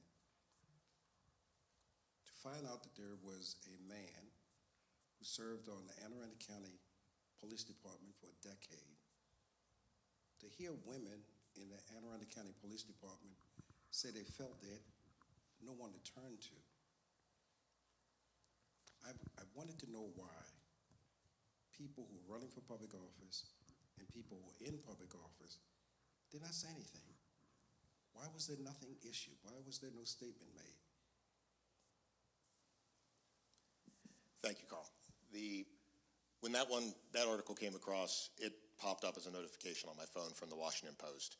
As a father of 5, and one of them's a daughter, I was mortified, disgusted, grabbed my wife, and we spent the rest of the day discussing this terrible issue.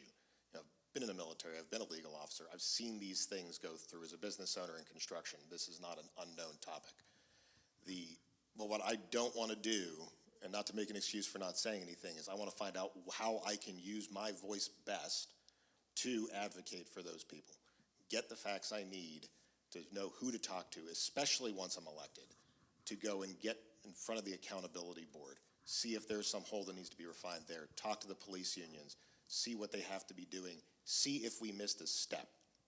Know that those people, both the victim and the perpetrator, that I am the representative of the government and I'm going to do the right thing.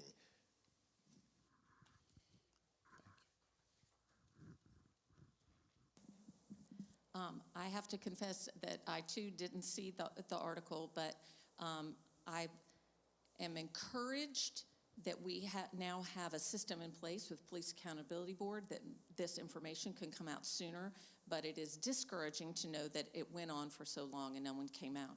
I recently had an experience with one of my children where an adult figure made inappropriate comments to young women. I went to the person in charge, and the response I received was, well, none of the girls said anything, so it must not have bothered them. And that to me says that first, those girls did not trust that person to go to, that he would believe them and he would act on their behalf. But also, the training is lacking in that person in charge, that he didn't immediately see the seriousness, and we need to work with our girls to make them feel emboldened that they can speak up. And that it doesn't have to be a mother that comes and calls out a figure in charge to say, for women, this is not acceptable, and we are the voice for these young girls, and it shouldn't be up to them to be the ones. Thank you. Pete. I didn't make a public sort of declaration when it came to that article. I think I did see it probably a couple weeks after it was posted. I did have some sort of exchange on social media in reference to it, so it wasn't like a public sort of declaration. What I will say is that the most important thing that we are doing here today, and thanks to your sort of stumping your foot on this particular effort, is to ensure that anyone that's running for office, when they get into office here this upcoming election cycle, that we take some action on it. And so what can we do as the county council people is certainly, from a legislative standpoint, hold our police department more accountable. A few years ago, you and I worked on legislation when it came to racism, and I spoke out vehemently about some of the things that were taking place in Anne Arundel County, and even in my own personal life when it came to racism. So I have done this in the past, and as the delegate Shanika Henson had said, I'm hopeful that my body of work speaks for itself in a way that everyone knows where I stand on the issue, even if I don't get to respond to something that comes up in the middle of an article that pops up. Thank you. Sean. As somebody who is running to be on the council and literally make sure that the police get paid, this is an issue that I should have addressed, and there is no excuse, and I apologize for that. I have to do better. We have to do better. But I want to say that I unequivocally condemn any type of sexual harassment perpetrated by anybody. But this is even worse because this came from a place of power. And I think that we need to continue to hold our police accountable for any sort of unjust policy or systemic issue that's going on. So whether it's sexual harassment or whether it's racial tactics or police brutality, we need to be willing to speak up. And I have spoken up on issues in the past, and I did not speak up on this one, and I should have. And we need to continue, like Pete said, moving forward, going forward. We need to make sure that our eyes are wide open and that we're speaking out and speaking the truth.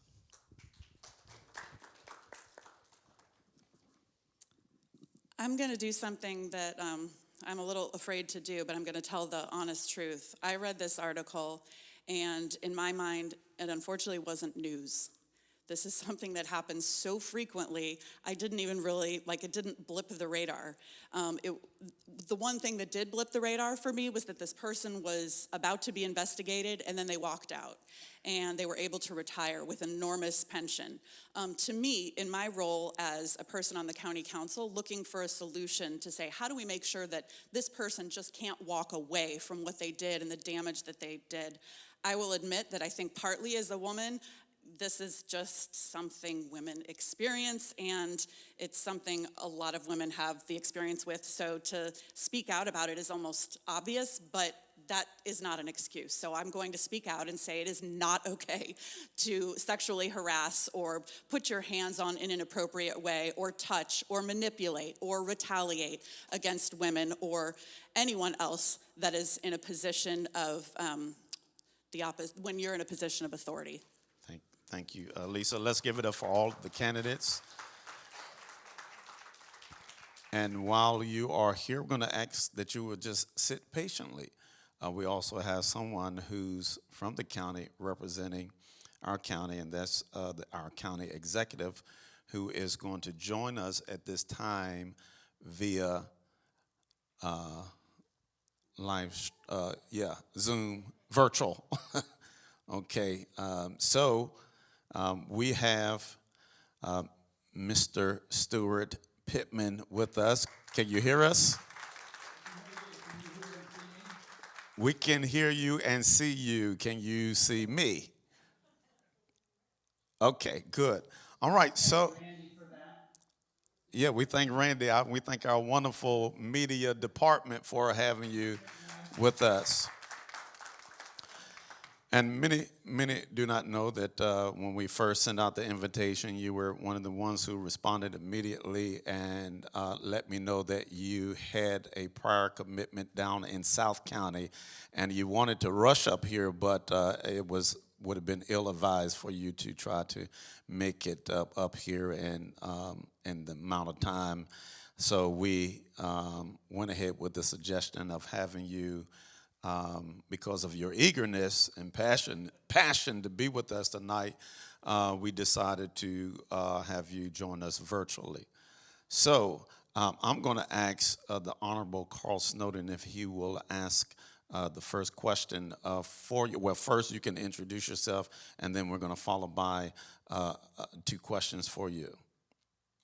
And also, by the way, hold on for 1 second. I do have to say this, that Miss Jessica Hare did contact me this morning.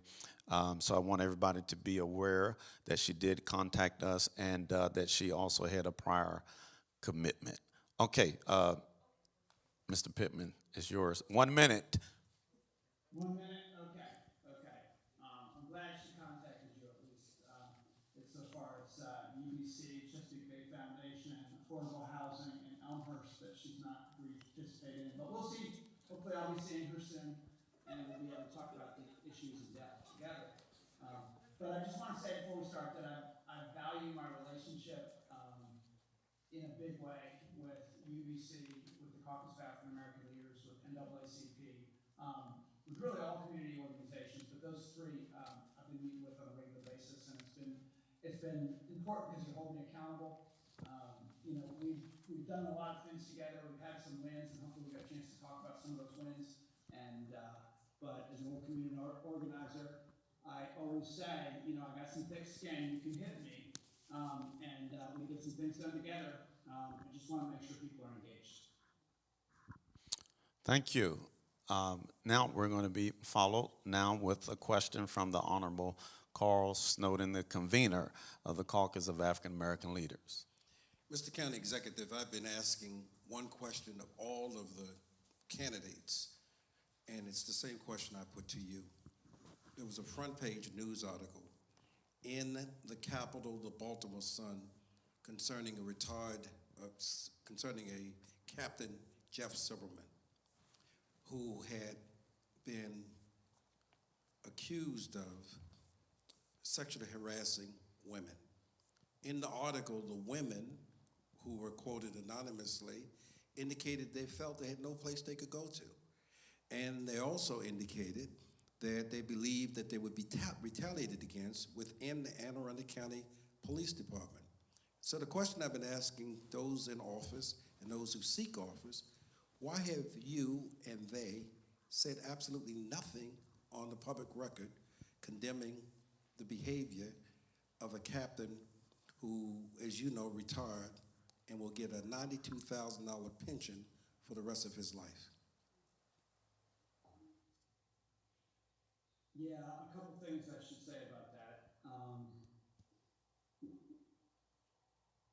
One thing that I've learned in this job is I think after the Reynolds case, and I saw the picture on the front page of the paper, and I said what I thought about that, and it was then used against me. And then I talked to lawyers about the precedent that Martin O'Malley in Baltimore City had also commented, and that then the officer had managed to not be held accountable because of the county, because of the mayor's actions, and it doesn't make any sense, but they're serious when they say that I shouldn't be talking about personnel matters, about specific personnel. However, I will say that I had heard rumors about this guy, and I didn't know it was as bad as when I read the story.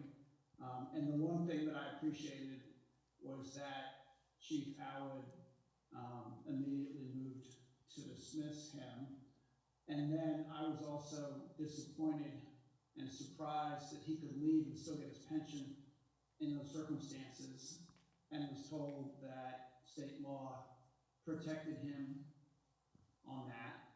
And I mean, I'll say I'm glad he's gone. I'm glad that we have, in a lot of places in county government, women in charge, particularly in police and fire, where I think there's a history of sexism. And they're not only difficult departments for women to move up in, but women are too often intimidated and harassed. And Thank we you. know it. Thank you, Mr. Pittman. I know you probably can't see the timer. So we're just we're going to have to cut you off because we have a good amount of candidates that are here and some that we haven't called to the platform yet. So we're trying to keep everything on time. And so we're going to ask that you would answer 1 minute. We do appreciate your answer on this. And we have one more question for you. And that is, statistically, people of color are disciplined more harshly than other races. What laws do you want to advocate for, or in your case, are advocating for fair punishment for all in a county where you say the best place for all? Well, and report and see how they've been treated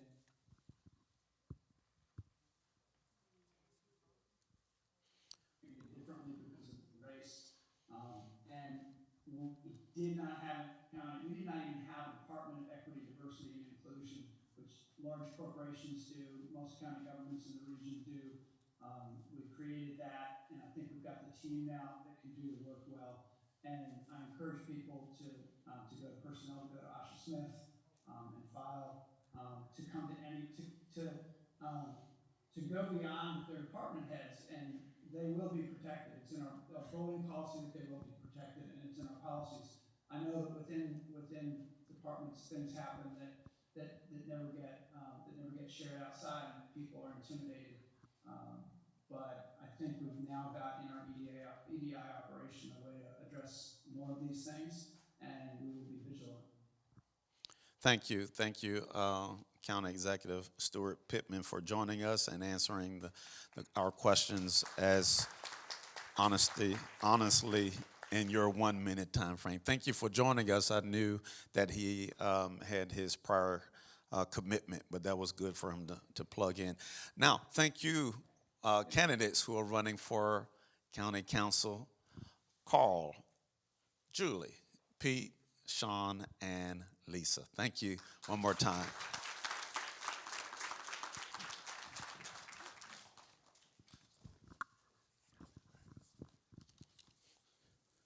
Okay, we're actually doing good with our time, and we do want to make sure that we stick around, because we're going to have questions from the audience. I do believe, hopefully, that we can do this. And how many from the audience may have a question? Okay, we got 2 or 3 questions. Good. I think we may be able to get to those. All right, so at this particular time, we're going to call our those candidates who are running for sheriff. Have Mr. Fredericks and Mr. Sesker is coming to join us.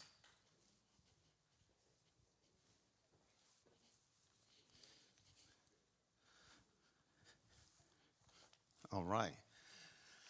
Okay, so again, we have 1 minute for us to have our intros, and then we're going to be followed by 2 questions, one from me, one from Mr. Snowden, and you have a minute per. Okay, and so we're going to start off with you, Mr. Fredericks. Well, thank you very much. My name is Jim Fredericks. I am your Anne Arundel County Sheriff right now. I have served for 30 years consecutively in law enforcement in Anne Arundel County. I'm a lifelong county resident, married to my high school sweetheart, 3 kids, 3 grandchildren. Got that out of the way. I served 26 years with the Anne Arundel County Police before becoming the sheriff in 2018.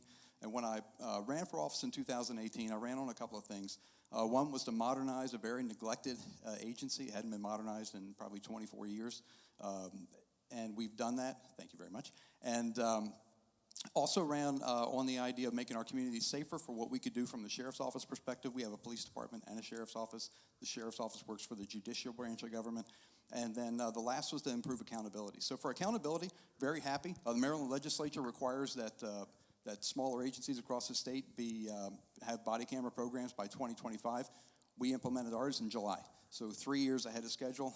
Great for community accountability. Love having that program. And I'll finish up later. All right. Mr. Sesker. All right. There's not much time. I got it. Hi. How's everybody doing? I'm Everett Sesker. I'm your candidate for sheriff here in Anne Arundel County. And let me just say, I'm also a resident of Anne Arundel County, born and raised in Edgewater. My mother's from Annapolis. My father's from Lothian, Maryland. Lothian also. And when I wanted to get into law enforcement after I graduated from college, I called the Anne Arundel County Police, and they weren't hiring. So I went to Prince George's County. I retired there at the rank of major, did 20-plus years there. I commanded personnel, over 300 personnel at any given time.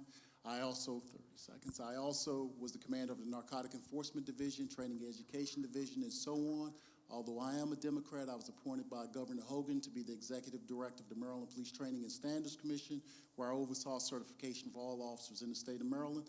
And I, too, am a father of 2 beautiful daughters, and my lovely wife is here with me. Thank you. Awesome. Okay, so our first question for you would be, and we'll start with Jim, who's on my right first, and then followed by Everett.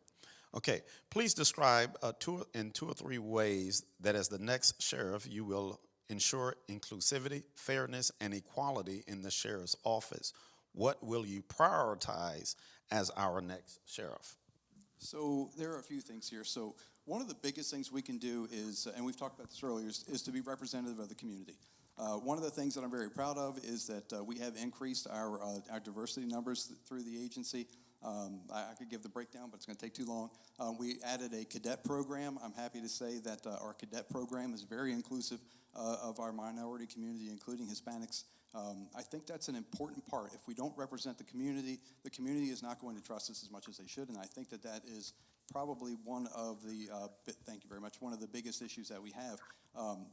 One of the other issues that we have is getting information out. Sheriff's office is very, very little known in the county. I think one of the problems is there shouldn't be a secret about how the sheriff's office operates. So one of the things we've done is we've increased our outreach as much as we possibly can through social media outlets, through a new mobile app, and we've put out as much information as we can, not only to give you information, but to increase your ability and opportunity. Thank you. Everett. Okay. Well, I understand, getting into the community and things like that. So that will be one of my main priorities, just by being in places like this today, just dealing with the community and such. And I understand he says he's increased diversity and stuff, but I've talked to the men and women at the department, and diversity is still a problem there. So that's one of my main things. I want the Office of the Sheriff to look like the community that they represent. I also want to get involved with the children. I want to bring back things like the DARE program and the PAL program, because we have issues in our community that we have to attack and deal with on both fronts. If we bring the DARE program, that'll help with the opioid epidemic that we're experiencing right now. And I also say that we have to deal with the adults as well. If we can evict someone, then we can be a person on their behalf that can find them housing as well. So I also say that. So as far as I go, we have to be very interactive with the community and very proactive and not just reactive. Thank you. Carl. Both of you gentlemen have been in law enforcement, and one of the criticisms for law enforcement has been when police officers do things inappropriate, you'll find that leaders in law enforcement are silent. Fraternal Order of Police said nothing, but the case that I was mentioning earlier. And now I ask the two of you who are running for public office, why would you not speak out when you saw a member of law enforcement who was involved in sexual harassment? Why not a single word from either of you on this subject? And let me just say this, sexual harassment in any form, any area, should not be tolerated.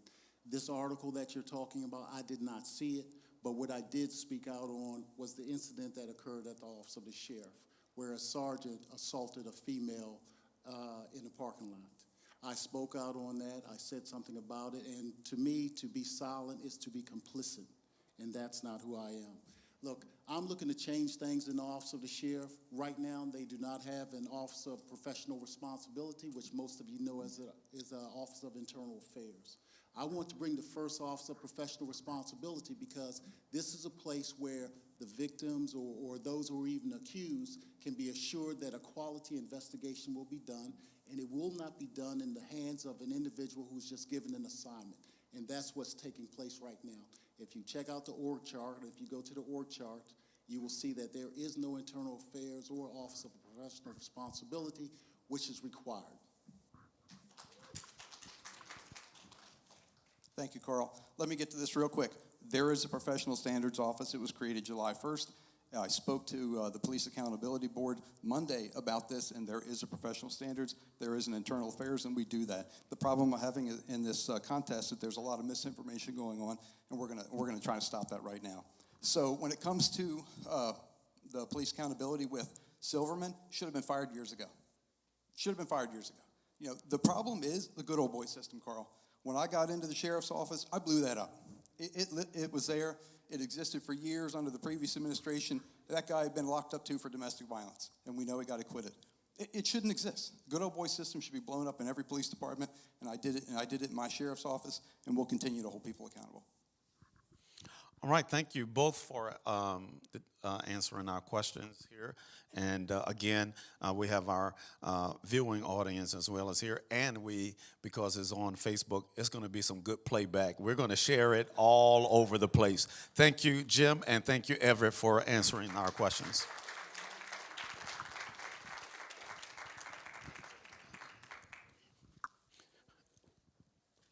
Okay, so now we are going to have the Anne Arundel County Courthouse candidates.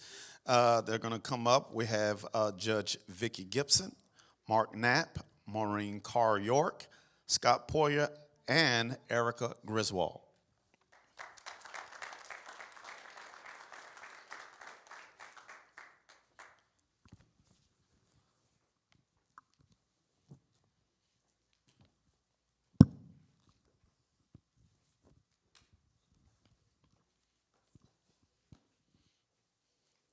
Okay, don't make me lonely, Maureen.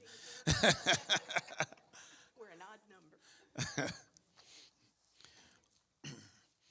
Okay, so again, we have 1 minute that we're going to have for intro, and then followed by 2 questions, one from me, one from Carl, and you have a minute each per. Okay, we're going to start off with Maureen. All right. Good evening, everyone. My name is Maureen Carr York. My wonderful husband, Jim York, is sitting back there. I use the name Carr as well because I'm very proud of some things that my family did in the past, which maybe we'll talk about in another setting. But I was thinking about that when I was hearing some of the recent questions. I came to Anne Arundel County with Jim and our children when he was assigned to Fort Meade as an Army doctor. And when he was able to leave, or when he retired from service, I saw it 30 seconds, we decided to settle here. We love Anne Arundel County. We've been here 34 years, and we're staying put. Thank you very much for this opportunity this evening. I know we're getting close on time. Thank you very much, Apostle Palmer. Okay, Scott. Thank you, Apostle Palmer. Thank you, Mr. Snowden, and thank you for the UBC for putting this together tonight. My name is Scott Poyer. I'm running for re-election to the Clerk of the Circuit Court. My office does about 10,000 business licenses a year. It does it processes a 250,000 documents related to the court. And we do recordings of about $5 billion in real estate transactions each year. I run a business for Anne Arundel County, and I work on efficiency. My focus is efficiency. I've saved over $350,000 a year from the budget. I've increased the timeliness by 80% that we're doing the documents. And another focus I've got is outreach. I go all over the county, and I talk to people about the resources that are available through the court system. Thank you very much for having us here tonight. Thank you. Mark. Hi, I'm Mark Knapp, and first I want to thank you for inviting me to this. This is terrific. I'm retired. After I retired, I looked around for things that I could do which would provide some community service and which took advantage of some of my strengths and background. So I've done some pro bono legal work. I've done some pro bono mentoring to people trying to start businesses and working with small businesses. And I've served on the board of several nonprofits. When I heard about the Orphans Court 4 years ago, and I figured out what it was, I figured, oh, this was something that, again, it played to my strengths. This is something where I could really provide, I think, some value to it. And so I put my hat in the ring for this, and I'm hoping y'all will support my effort. Thank you. Judge Vicky.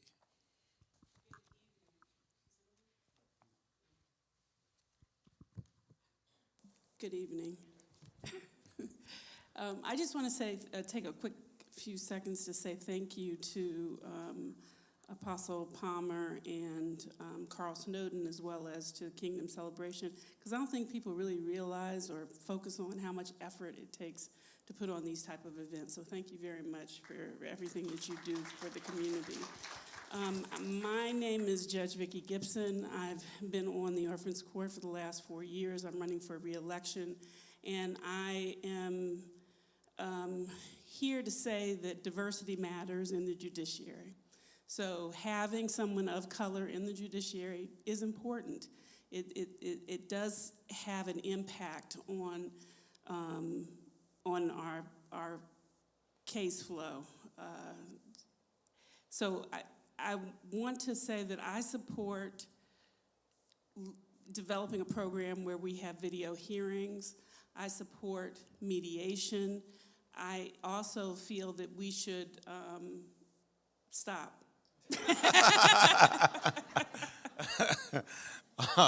Miss Erica.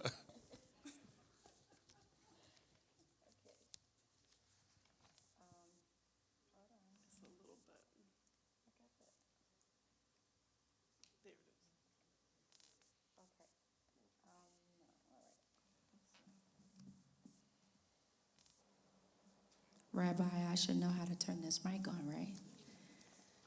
So good evening. Hello, everyone. First, I also want to thank Apostle Palmer, First Lady Palmer, I don't know where she went, and of course, the Honorable Carl Snowden for putting this forum on. I am Erica Griswold. I am your Democratic candidate for Register of Wills. I am born and raised from Annapolis in Anne Arundel County. I currently work for the Mayor's Office as the Community Resource Outreach Coordinator. So that is what I do. Why I'm running for office, it's really simple. I went to the office in bereavement. I lost my mother and my uncles and went to the office, and they passed on without a will. I went to the office for assistance and did not get it. I thought to myself, I should do something. So I'm running for that leadership so I can bring the education and the outreach to that office and then stop. Well, I'm glad that you all are keeping it in 1 minute's time because of the stop sign. Okay, so we do have 2 questions. The first question will be, we're going to start with Maureen. The first question is, please share with the audience your 1 or 2 priorities for the coming term. One of the most important things in serving as a judge of any level court is to know the law and apply it correctly. I am the only Maryland barred attorney with 40 years experience in the job or running for the job, and I think that is important experience to bring. I also think as a priority to continue to listen. We are extremely user-friendly. The orphans courts are set up so that folks can and do come in without legal counsel. They're welcome to bring counsel. What often they don't, can't afford it, don't really understand what's at stake. And we are able to help them to present their case, their needs, and to be heard and understood in ways that the circuit court, for instance, could not because of their other priorities. Right now, I think that is the best that we bring. Thank you. Thank you. Scott. Modernization. Modernization is still my #1 priority for the clerk's office. When I came into office 4 years ago, we were still doing a lot of things in paper. We process 250,000 documents a year. We've been moving to electronic processing, and that's how we've been able to speed things up and do it for less money, to save money while we're speeding things up. So modernization of the office, priority for the last 4 years, priority for the next 4 years. And customer service. We still make people go outside the courthouse to get a certified check. We should be able to accept electronic payments. This is 2022. So customer service, another focus. Thank you very much. Thank you. Mark. First, I'm going to agree somewhat with what Maureen said. The job does require a certain degree of professionalism. You have to have maybe not 40 years of experience, but you have to have some training in the law, be able to read the law, and apply the law, write judicial orders and the like. But based on my personal experience, not in this court, but in other courts, going to court is not the most convenient thing in the world. And somebody in this county passes away and their heirs and beneficiaries don't live around here, it's not easy for them to come to the court. And why this court has not adopted, Zoom sessions so that, people can come to court electronically and be heard just as easily as people who are right in the neighborhood, I really don't know. That's something that I would push for. Judge Vic.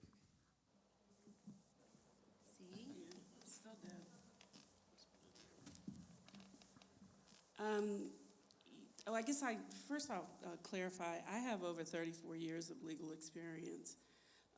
Mark has a substantial amount of legal experience. It's important, though, to his point, to increase accessibility of the court through developing a process for video hearings. It's also important to protect generational wealth through mediation by allowing or providing an opportunity for mediation. That doesn't happen right now. We don't have that process. We can do it legally, but we don't have it. Thank you. So because my colleagues here already sitting in that position, knowing what the office needs, and not having that, I am going to step in that leadership role and provide that assistance and support the hearings and the hearings and have that accessibility to just create the accessibility. I'm always looking for the timer, I'm sorry. Just to create that accessibility and have that leadership role in that place. There it is. In that role, I'm going to have that accessibility and bring that leadership role to get out the education, to educate the residents about the importance of having a will. Because first you need to educate them, right? Educate them about how it is, what a will is, and how to go about doing it in order to go to the office and file for it. Thank you. Thank you. We're going to have Honorable Carl Snowden ask a question.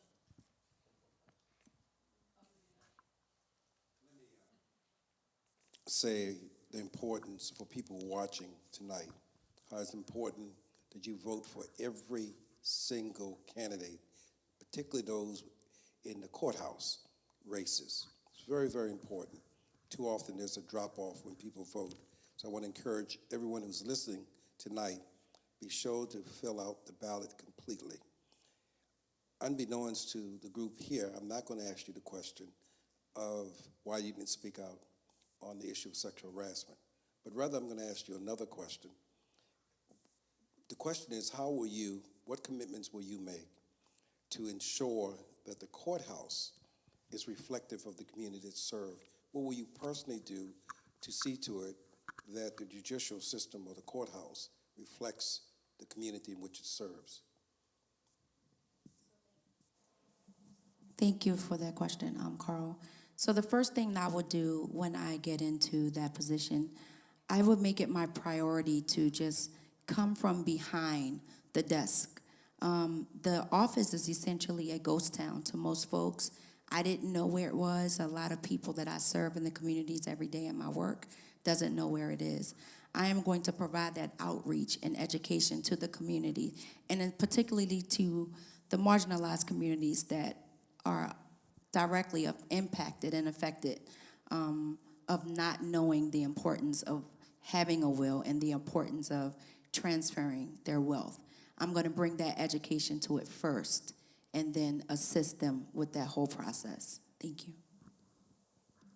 So that's an interesting question because as a judge, it's kind of viewed negatively in terms of outreach and that kind of stuff. Although I have continued to work in the community and plan on continuing to do that to the extent that it's allowable. But I think it's important for us to start having some conversations and looking at how Orphans Court is perceived and from the perspective of the legislature, the things that impact us in terms of legislation, and we see that impact the community, and that maybe by having more of a positive impact, it will encourage more people to come and start running for these positions.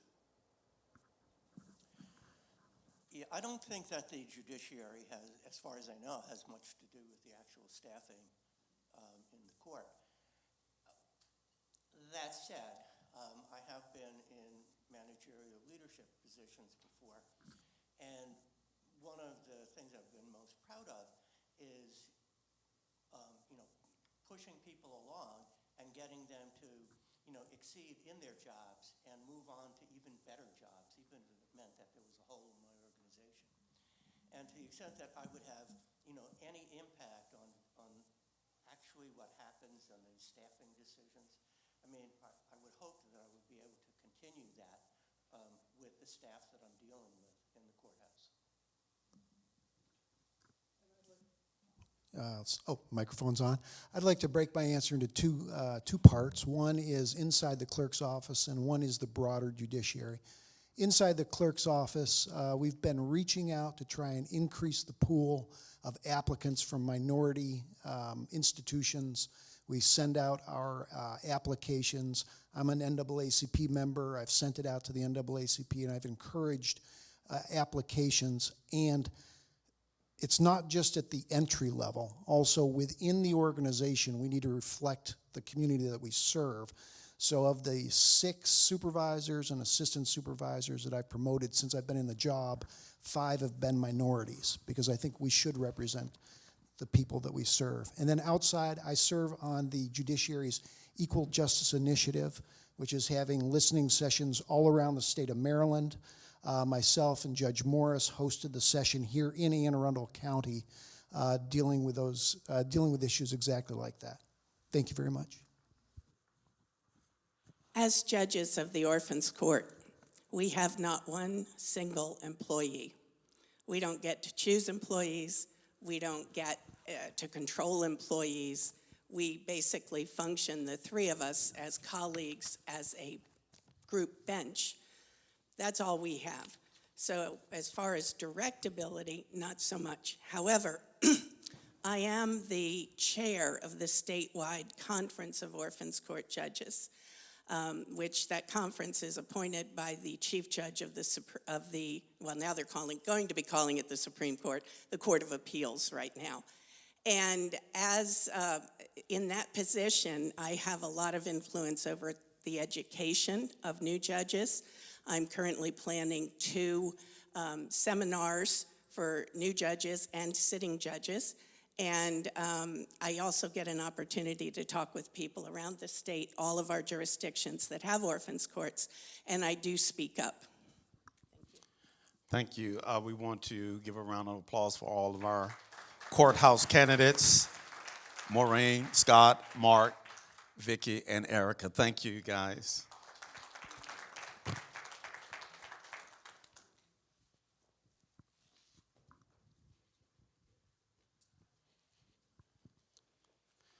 Okay, so you have heard it from all of our candidates on this evening, but we do have enough time. We have allotted out for 2 questions from the audience, and I did see 2 hands raised, and it was this young man right here who looks full of wisdom. And so we're going to have our dear brother ask his first question. I think if we can get a microphone to him, Christian, and you can state your name and then your question, and to whichever candidate is here. We're going to ask that candidate, whoever he's asking the question to, if it's directly to a candidate, if they will come up here with me and address that question in 1 minute, followed by one more question, and then we have 2 questions from our viewing audience. Is that what? Awesome, from some folks. Okay, so I did see Mr. James, and I also did see Reverend Moore's hand go up. So we're going to have Mr. Charles James ask his question, and then followed by Reverend Moore's. And perhaps if we have enough time, we'll have at least one question from this written on the green card there. How about that? You have enough time for that? And then after we do that, we're concluding. That's 1, 2, 3. That's only 3 minutes. And then we're going to conclude with the Honorable Carl Snowden. He's going to wrap it up for us. Okay, so thank you, Apostle. Mr. James. Very quickly, how many elected officials and people running for candidacy is still here by a show of hands? Great. I'm glad to see that. Great. Thank you all for being here. My name is Elder Charles James. I'm a member of the Caucus of African American Leaders. I'm also a member of the United Black Clergy, and I'm also a member of the NAACP. My question is to whoever has the nerve or feel like they can answer this question, and you can feel free to jump up there. So really quickly, I'm going to jump on the bandwagon because what I heard tonight didn't satisfy me. There was a question asked about the retired police officer, and the question was simply, my hat goes off to you, ma'am, for being honest. The question was simply this: why didn't anyone have the nerve to get up and speak out about that officer that was allowed to retire after he did those horrendous things to the women in the workplace at the Anne Arundel County Police Department? He's receiving $92,000 of my taxpayer dollars. Somebody answer me the question, anybody, please feel free to do that, why You didn't speak up about that. All right. Well, we have two that's right here. So if you'll just grab a microphone, both of you, and since we're going to do that, we have two. We're going to give you both 40 seconds each. Okay, I'll say it really fast. Thank you, Elder James, for that question. I will say that I'm a public servant, but I don't do everything in public. I do a lot of work, as I mentioned before. I serve on the commission that works with the rape kits that were lost or thrown away. I also serve on judiciary. We fought hard to end the pension. Didn't win. It's coming back again. Okay? Thank you.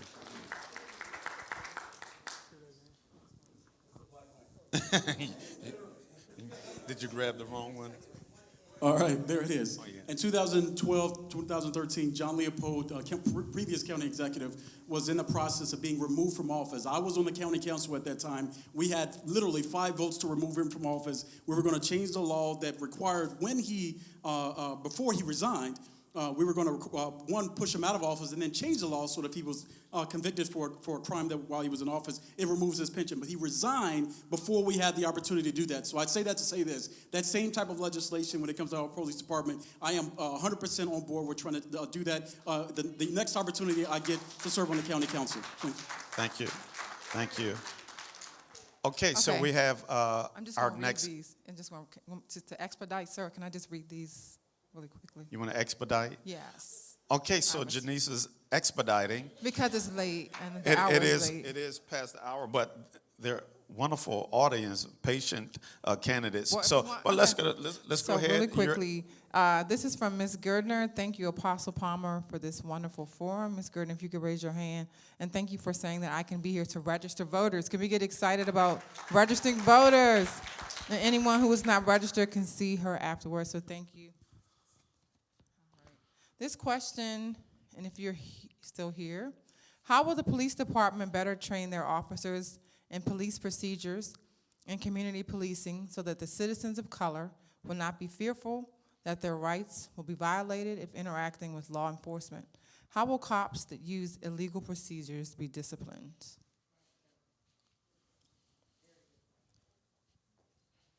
Okay, we have Mr. Everett Sesker. You probably don't even have to stand on the stage. Okay.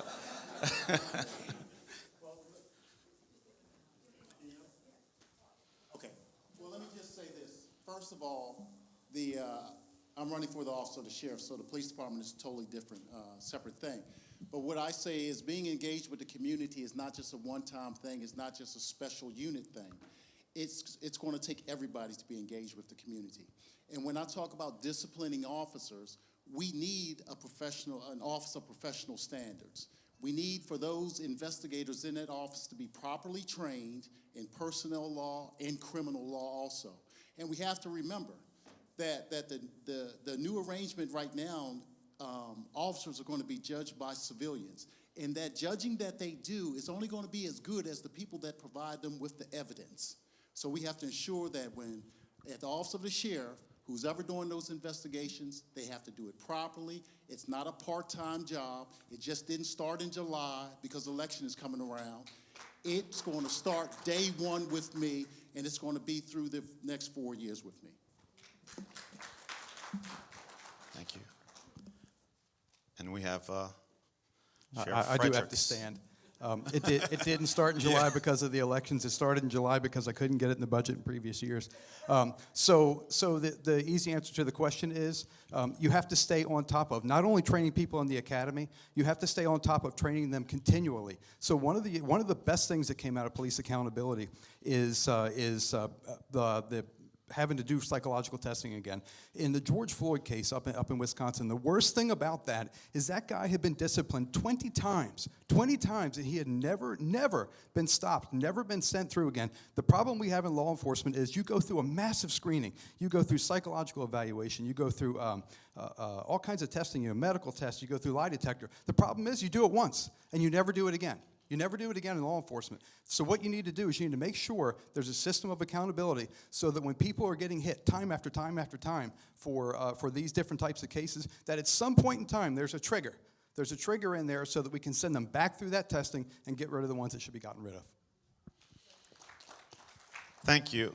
And Miss, you have another question? Okay, so we're going to wrap it up after this question because it is getting late. Yeah. And I apologize, Reverend Morris. I'm not trying to cancel culture or anything like that. But has the several, time. yeah. Well, let me Yes, say sir. this. So we will, again, this could be viewed on Kingdom Celebration Center. It'll be archived on our page. You can go back and see it. You can get all your family and friends and everybody else to go to the page and see the forum. And also, they can also plug in questions that we can submit still to the candidates before Election Day. I want to get that out. So because, Reverend Morris, we couldn't get to your question because the green, the lime green. Okay, so this is really quick. First of all, can we applaud Apostle and Carl for just an amazing facilitation? We certainly salute you and appreciate you both. So this question will be for our legislators in the General Assembly. It's two-part. So Steve Waddy, his question is, how will you ensure the $100 million is allocated to affordable housing? Part one. Part two, as a registered nurse with more than 17 years of experience and as a lifetime Maryland resident, I've been exposed to many vulnerabilities in the Maryland healthcare system. The increased cost and accessibility of affordable health care and availability of acute care services are two of the most prominent concerns to Maryland citizens.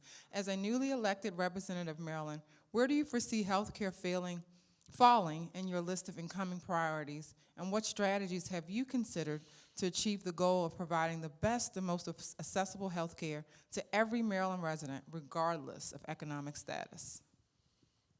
Was that one question? That was the entire platform. So thank you, Steve, for the question, and also for always being at the forefront of justice and civil rights and making sure that we as elected officials are accountable. I think that the question is about the $200 million surplus is what the question is about. And as Delegate Chang, Vice Chairman of Appropriations, said, that will be one of the first things that we tackle is what to do with that budget surplus. I always say that government is in the business of providing services. So if you have money that is left over, you have to examine the quality of the services that you provide as a government, because that is what we do. Government is not a private business where you're in the business of cutting costs and cutting corners. You're in the business of making sure the community is served and that the impacts and the needs are met. So when it comes to affordable housing, Priscilla's flashing me, guys. So with the cards, when it comes to affordable housing, we want to make sure that that money is going directly where it needs across the county. And one of the ways that we do that is working very closely in our $4 billion capital budget with each of our stakeholders in each of our counties across Maryland to make sure that affordable housing projects are being greenlit in the different counties. It's based on the jurisdictions, but it's also based on the needs that exist. For instance, people don't think affordable housing is needed in Anne Arundel County, but everybody here knows that it is. All right. Well, that's going to conclude our evening. Reverend Morris is looking right at me, and I have a strong conviction going on right here. So I think we should go ahead and give her. Come on, Reverend Morris, and ask your question. Thank you so much. Thank you. It's a question and it's a statement. First of all, I would like for Pruski and Pittman to stop taking credit for creating a PAB.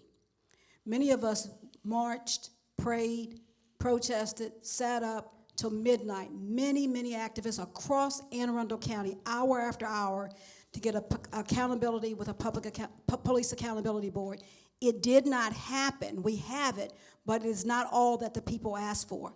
I'm here tonight, and yes, I am holding up the picture of my deceased daughter because I fought for 10 years, and this is a question for any of you that want to take it and answer it, all right? For 10 years, I fought for her, and just recently, her death certificate was changed after a 10-year fight, and I come back to Anne Arundel County to ask the Anne Arundel County Police to list her case as an unsolved case because that is what it now is, and they won't do it.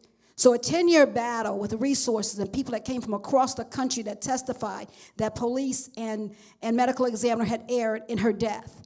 And we come right back to Anne Arundel County even as of yesterday. So what I want to ask, in the midst of a county executive that allegedly has a deal with the police chief that he hired that he would not pull her strings or control her, what are you going to do for those that are now being elected to make sure that other people don't encounter not being able to truly hold our police accountable? And we're talking a dead child, and we're talking a mother and other individuals like me that need answers. Thank you. So Kim is going to answer the question. Oh, you have a microphone there. I don't know how that happened. Did you want to come up here? No, I'm good Come on here. up here, Kim. We have a camera here, so we want to make sure we get you here right on camera. There you go. So I'd like to say, first of all, I'm sorry it's taken this long to get this resolved somewhat for you. I think the Police Accountability Board has been a while in the making. And as I said up here, we have a lot more to do. So as someone in a position that can help change laws, I want to work with people like you who've had these issues, and we want to talk. We want to further the discussions, and I'm talking the hard discussions. It's easy to stand up here today and give quick answers, but I want to sit down and really do what's right for the citizens, for our families, for the victims, all across the county. Thank you. Thank you, Kim. All right. So now that concludes our wonderful candidates. She gave me a stop sign. Look at that. Our wonderful candidates forum for Anne Arundel County. I think that we're going to have a good election coming up, and I hope that you heard something tonight, you who are here with me and also viewing by way of a live stream, and so that you can make a healthy, informed decision. Now I want to bring to the closing for Mr. Honorable Carl O. Snowden, who's going to close us out. This is like a benediction in church. Let me again ask that the audience join me in thanking Apostle and the First Lady.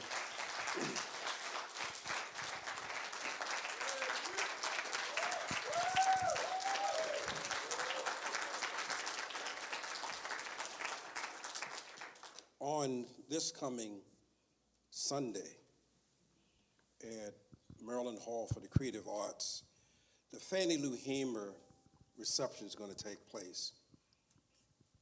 For 27 years, we have been lifting up Fannie Lou Hamer. And there are people in this audience who have never heard of her, don't know who she was. And the reason we lift her up is we want people to know the sacrifice that she made so that men and women and people of color would have an opportunity to vote. On October 14th, in the city of Annapolis, there's going to be what's called a votercade.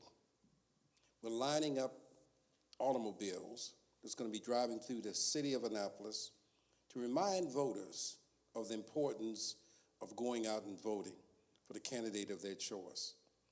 It is my opinion that this is the most consequential election in our lifetime. Americans and voters will be deciding whether America will be better or become more bitter. People going to the polls can and will make a difference. And for those who are watching tonight and they ask the question, will my vote make a difference? The answer is yes. I have an 18-year-old granddaughter, as I mentioned during this remarks. She lost a fundamental right because of politics. She had the right to be able to choose what to do with her body. But there was a decision made by the Supreme Court that took away that right. I want the voters and people listening to understand that this democracy matters. And this is what this particular election is about, preserving democracy. This race is extremely important. I would beg people to not only cast their own ballot, but to make sure they go to their family members to make sure that they go to the polls. This is a fundamental election. It will change the course of the nation. We also have an opportunity to make an historic election. For the first time ever in the state of Maryland, we have an opportunity to make history. No woman has ever been elected to be comptroller. That could change. No African Americans ever been governor. That could change. No African Americans ever served as an attorney general. That could change. The fact of the matter is that this vote, this precious vote, that so many people died for, that vote can make history. There are men and women who are in a position to be able to choose what direction we have. And I conclude with this remark. As I've gotten older, I used to believe that I would be reflecting on the good old days, looking back at those days where things were different, remembering the good old days. But more and more, I've increasingly been looking to the future. What kind of country will my grandchildren inherit? Will we have in America where every single individual will be able to achieve whatever their God-given talents are? And the reason I emphasize tonight that one question about sexual harassment, because I truly believe that the way we treat women in the society reflects who we are. And if we do not respect and protect women, whether it's in the workplace or in the neighborhood or in the community, we do a great disservice. So I want to say to Asada, who's watching tonight, she'll be able to vote again in the November election. That there are men and women who are watching this program who want her and her counterparts to have a bright future. I thank again Apostle Palmer, who's got the vision, who understand the importance of making sure that those of us who are church goers also go to the ballot box. There will be the souls to the polls. We ask that people would want to volunteer. Please contact us. There are many ways you can volunteer. We need people to drive people to the polls. We need people to make telephone calls. And yes, we need people to donate money to the candidates of their choice. Please join me once again in thanking the Palmers for the magnificent work they've done.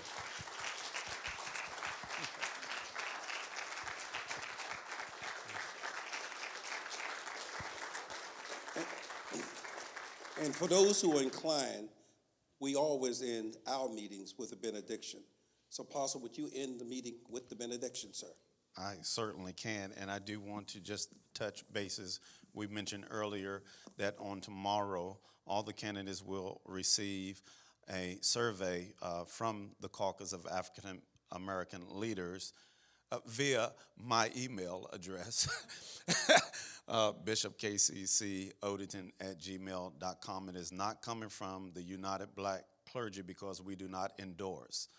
But it will be coming. I am a member of the caucus, so it's going to come from my email address. And again, it's a questionnaire that will allow us to determine who we're going to endorse. So with that being said, let us all bow our heads.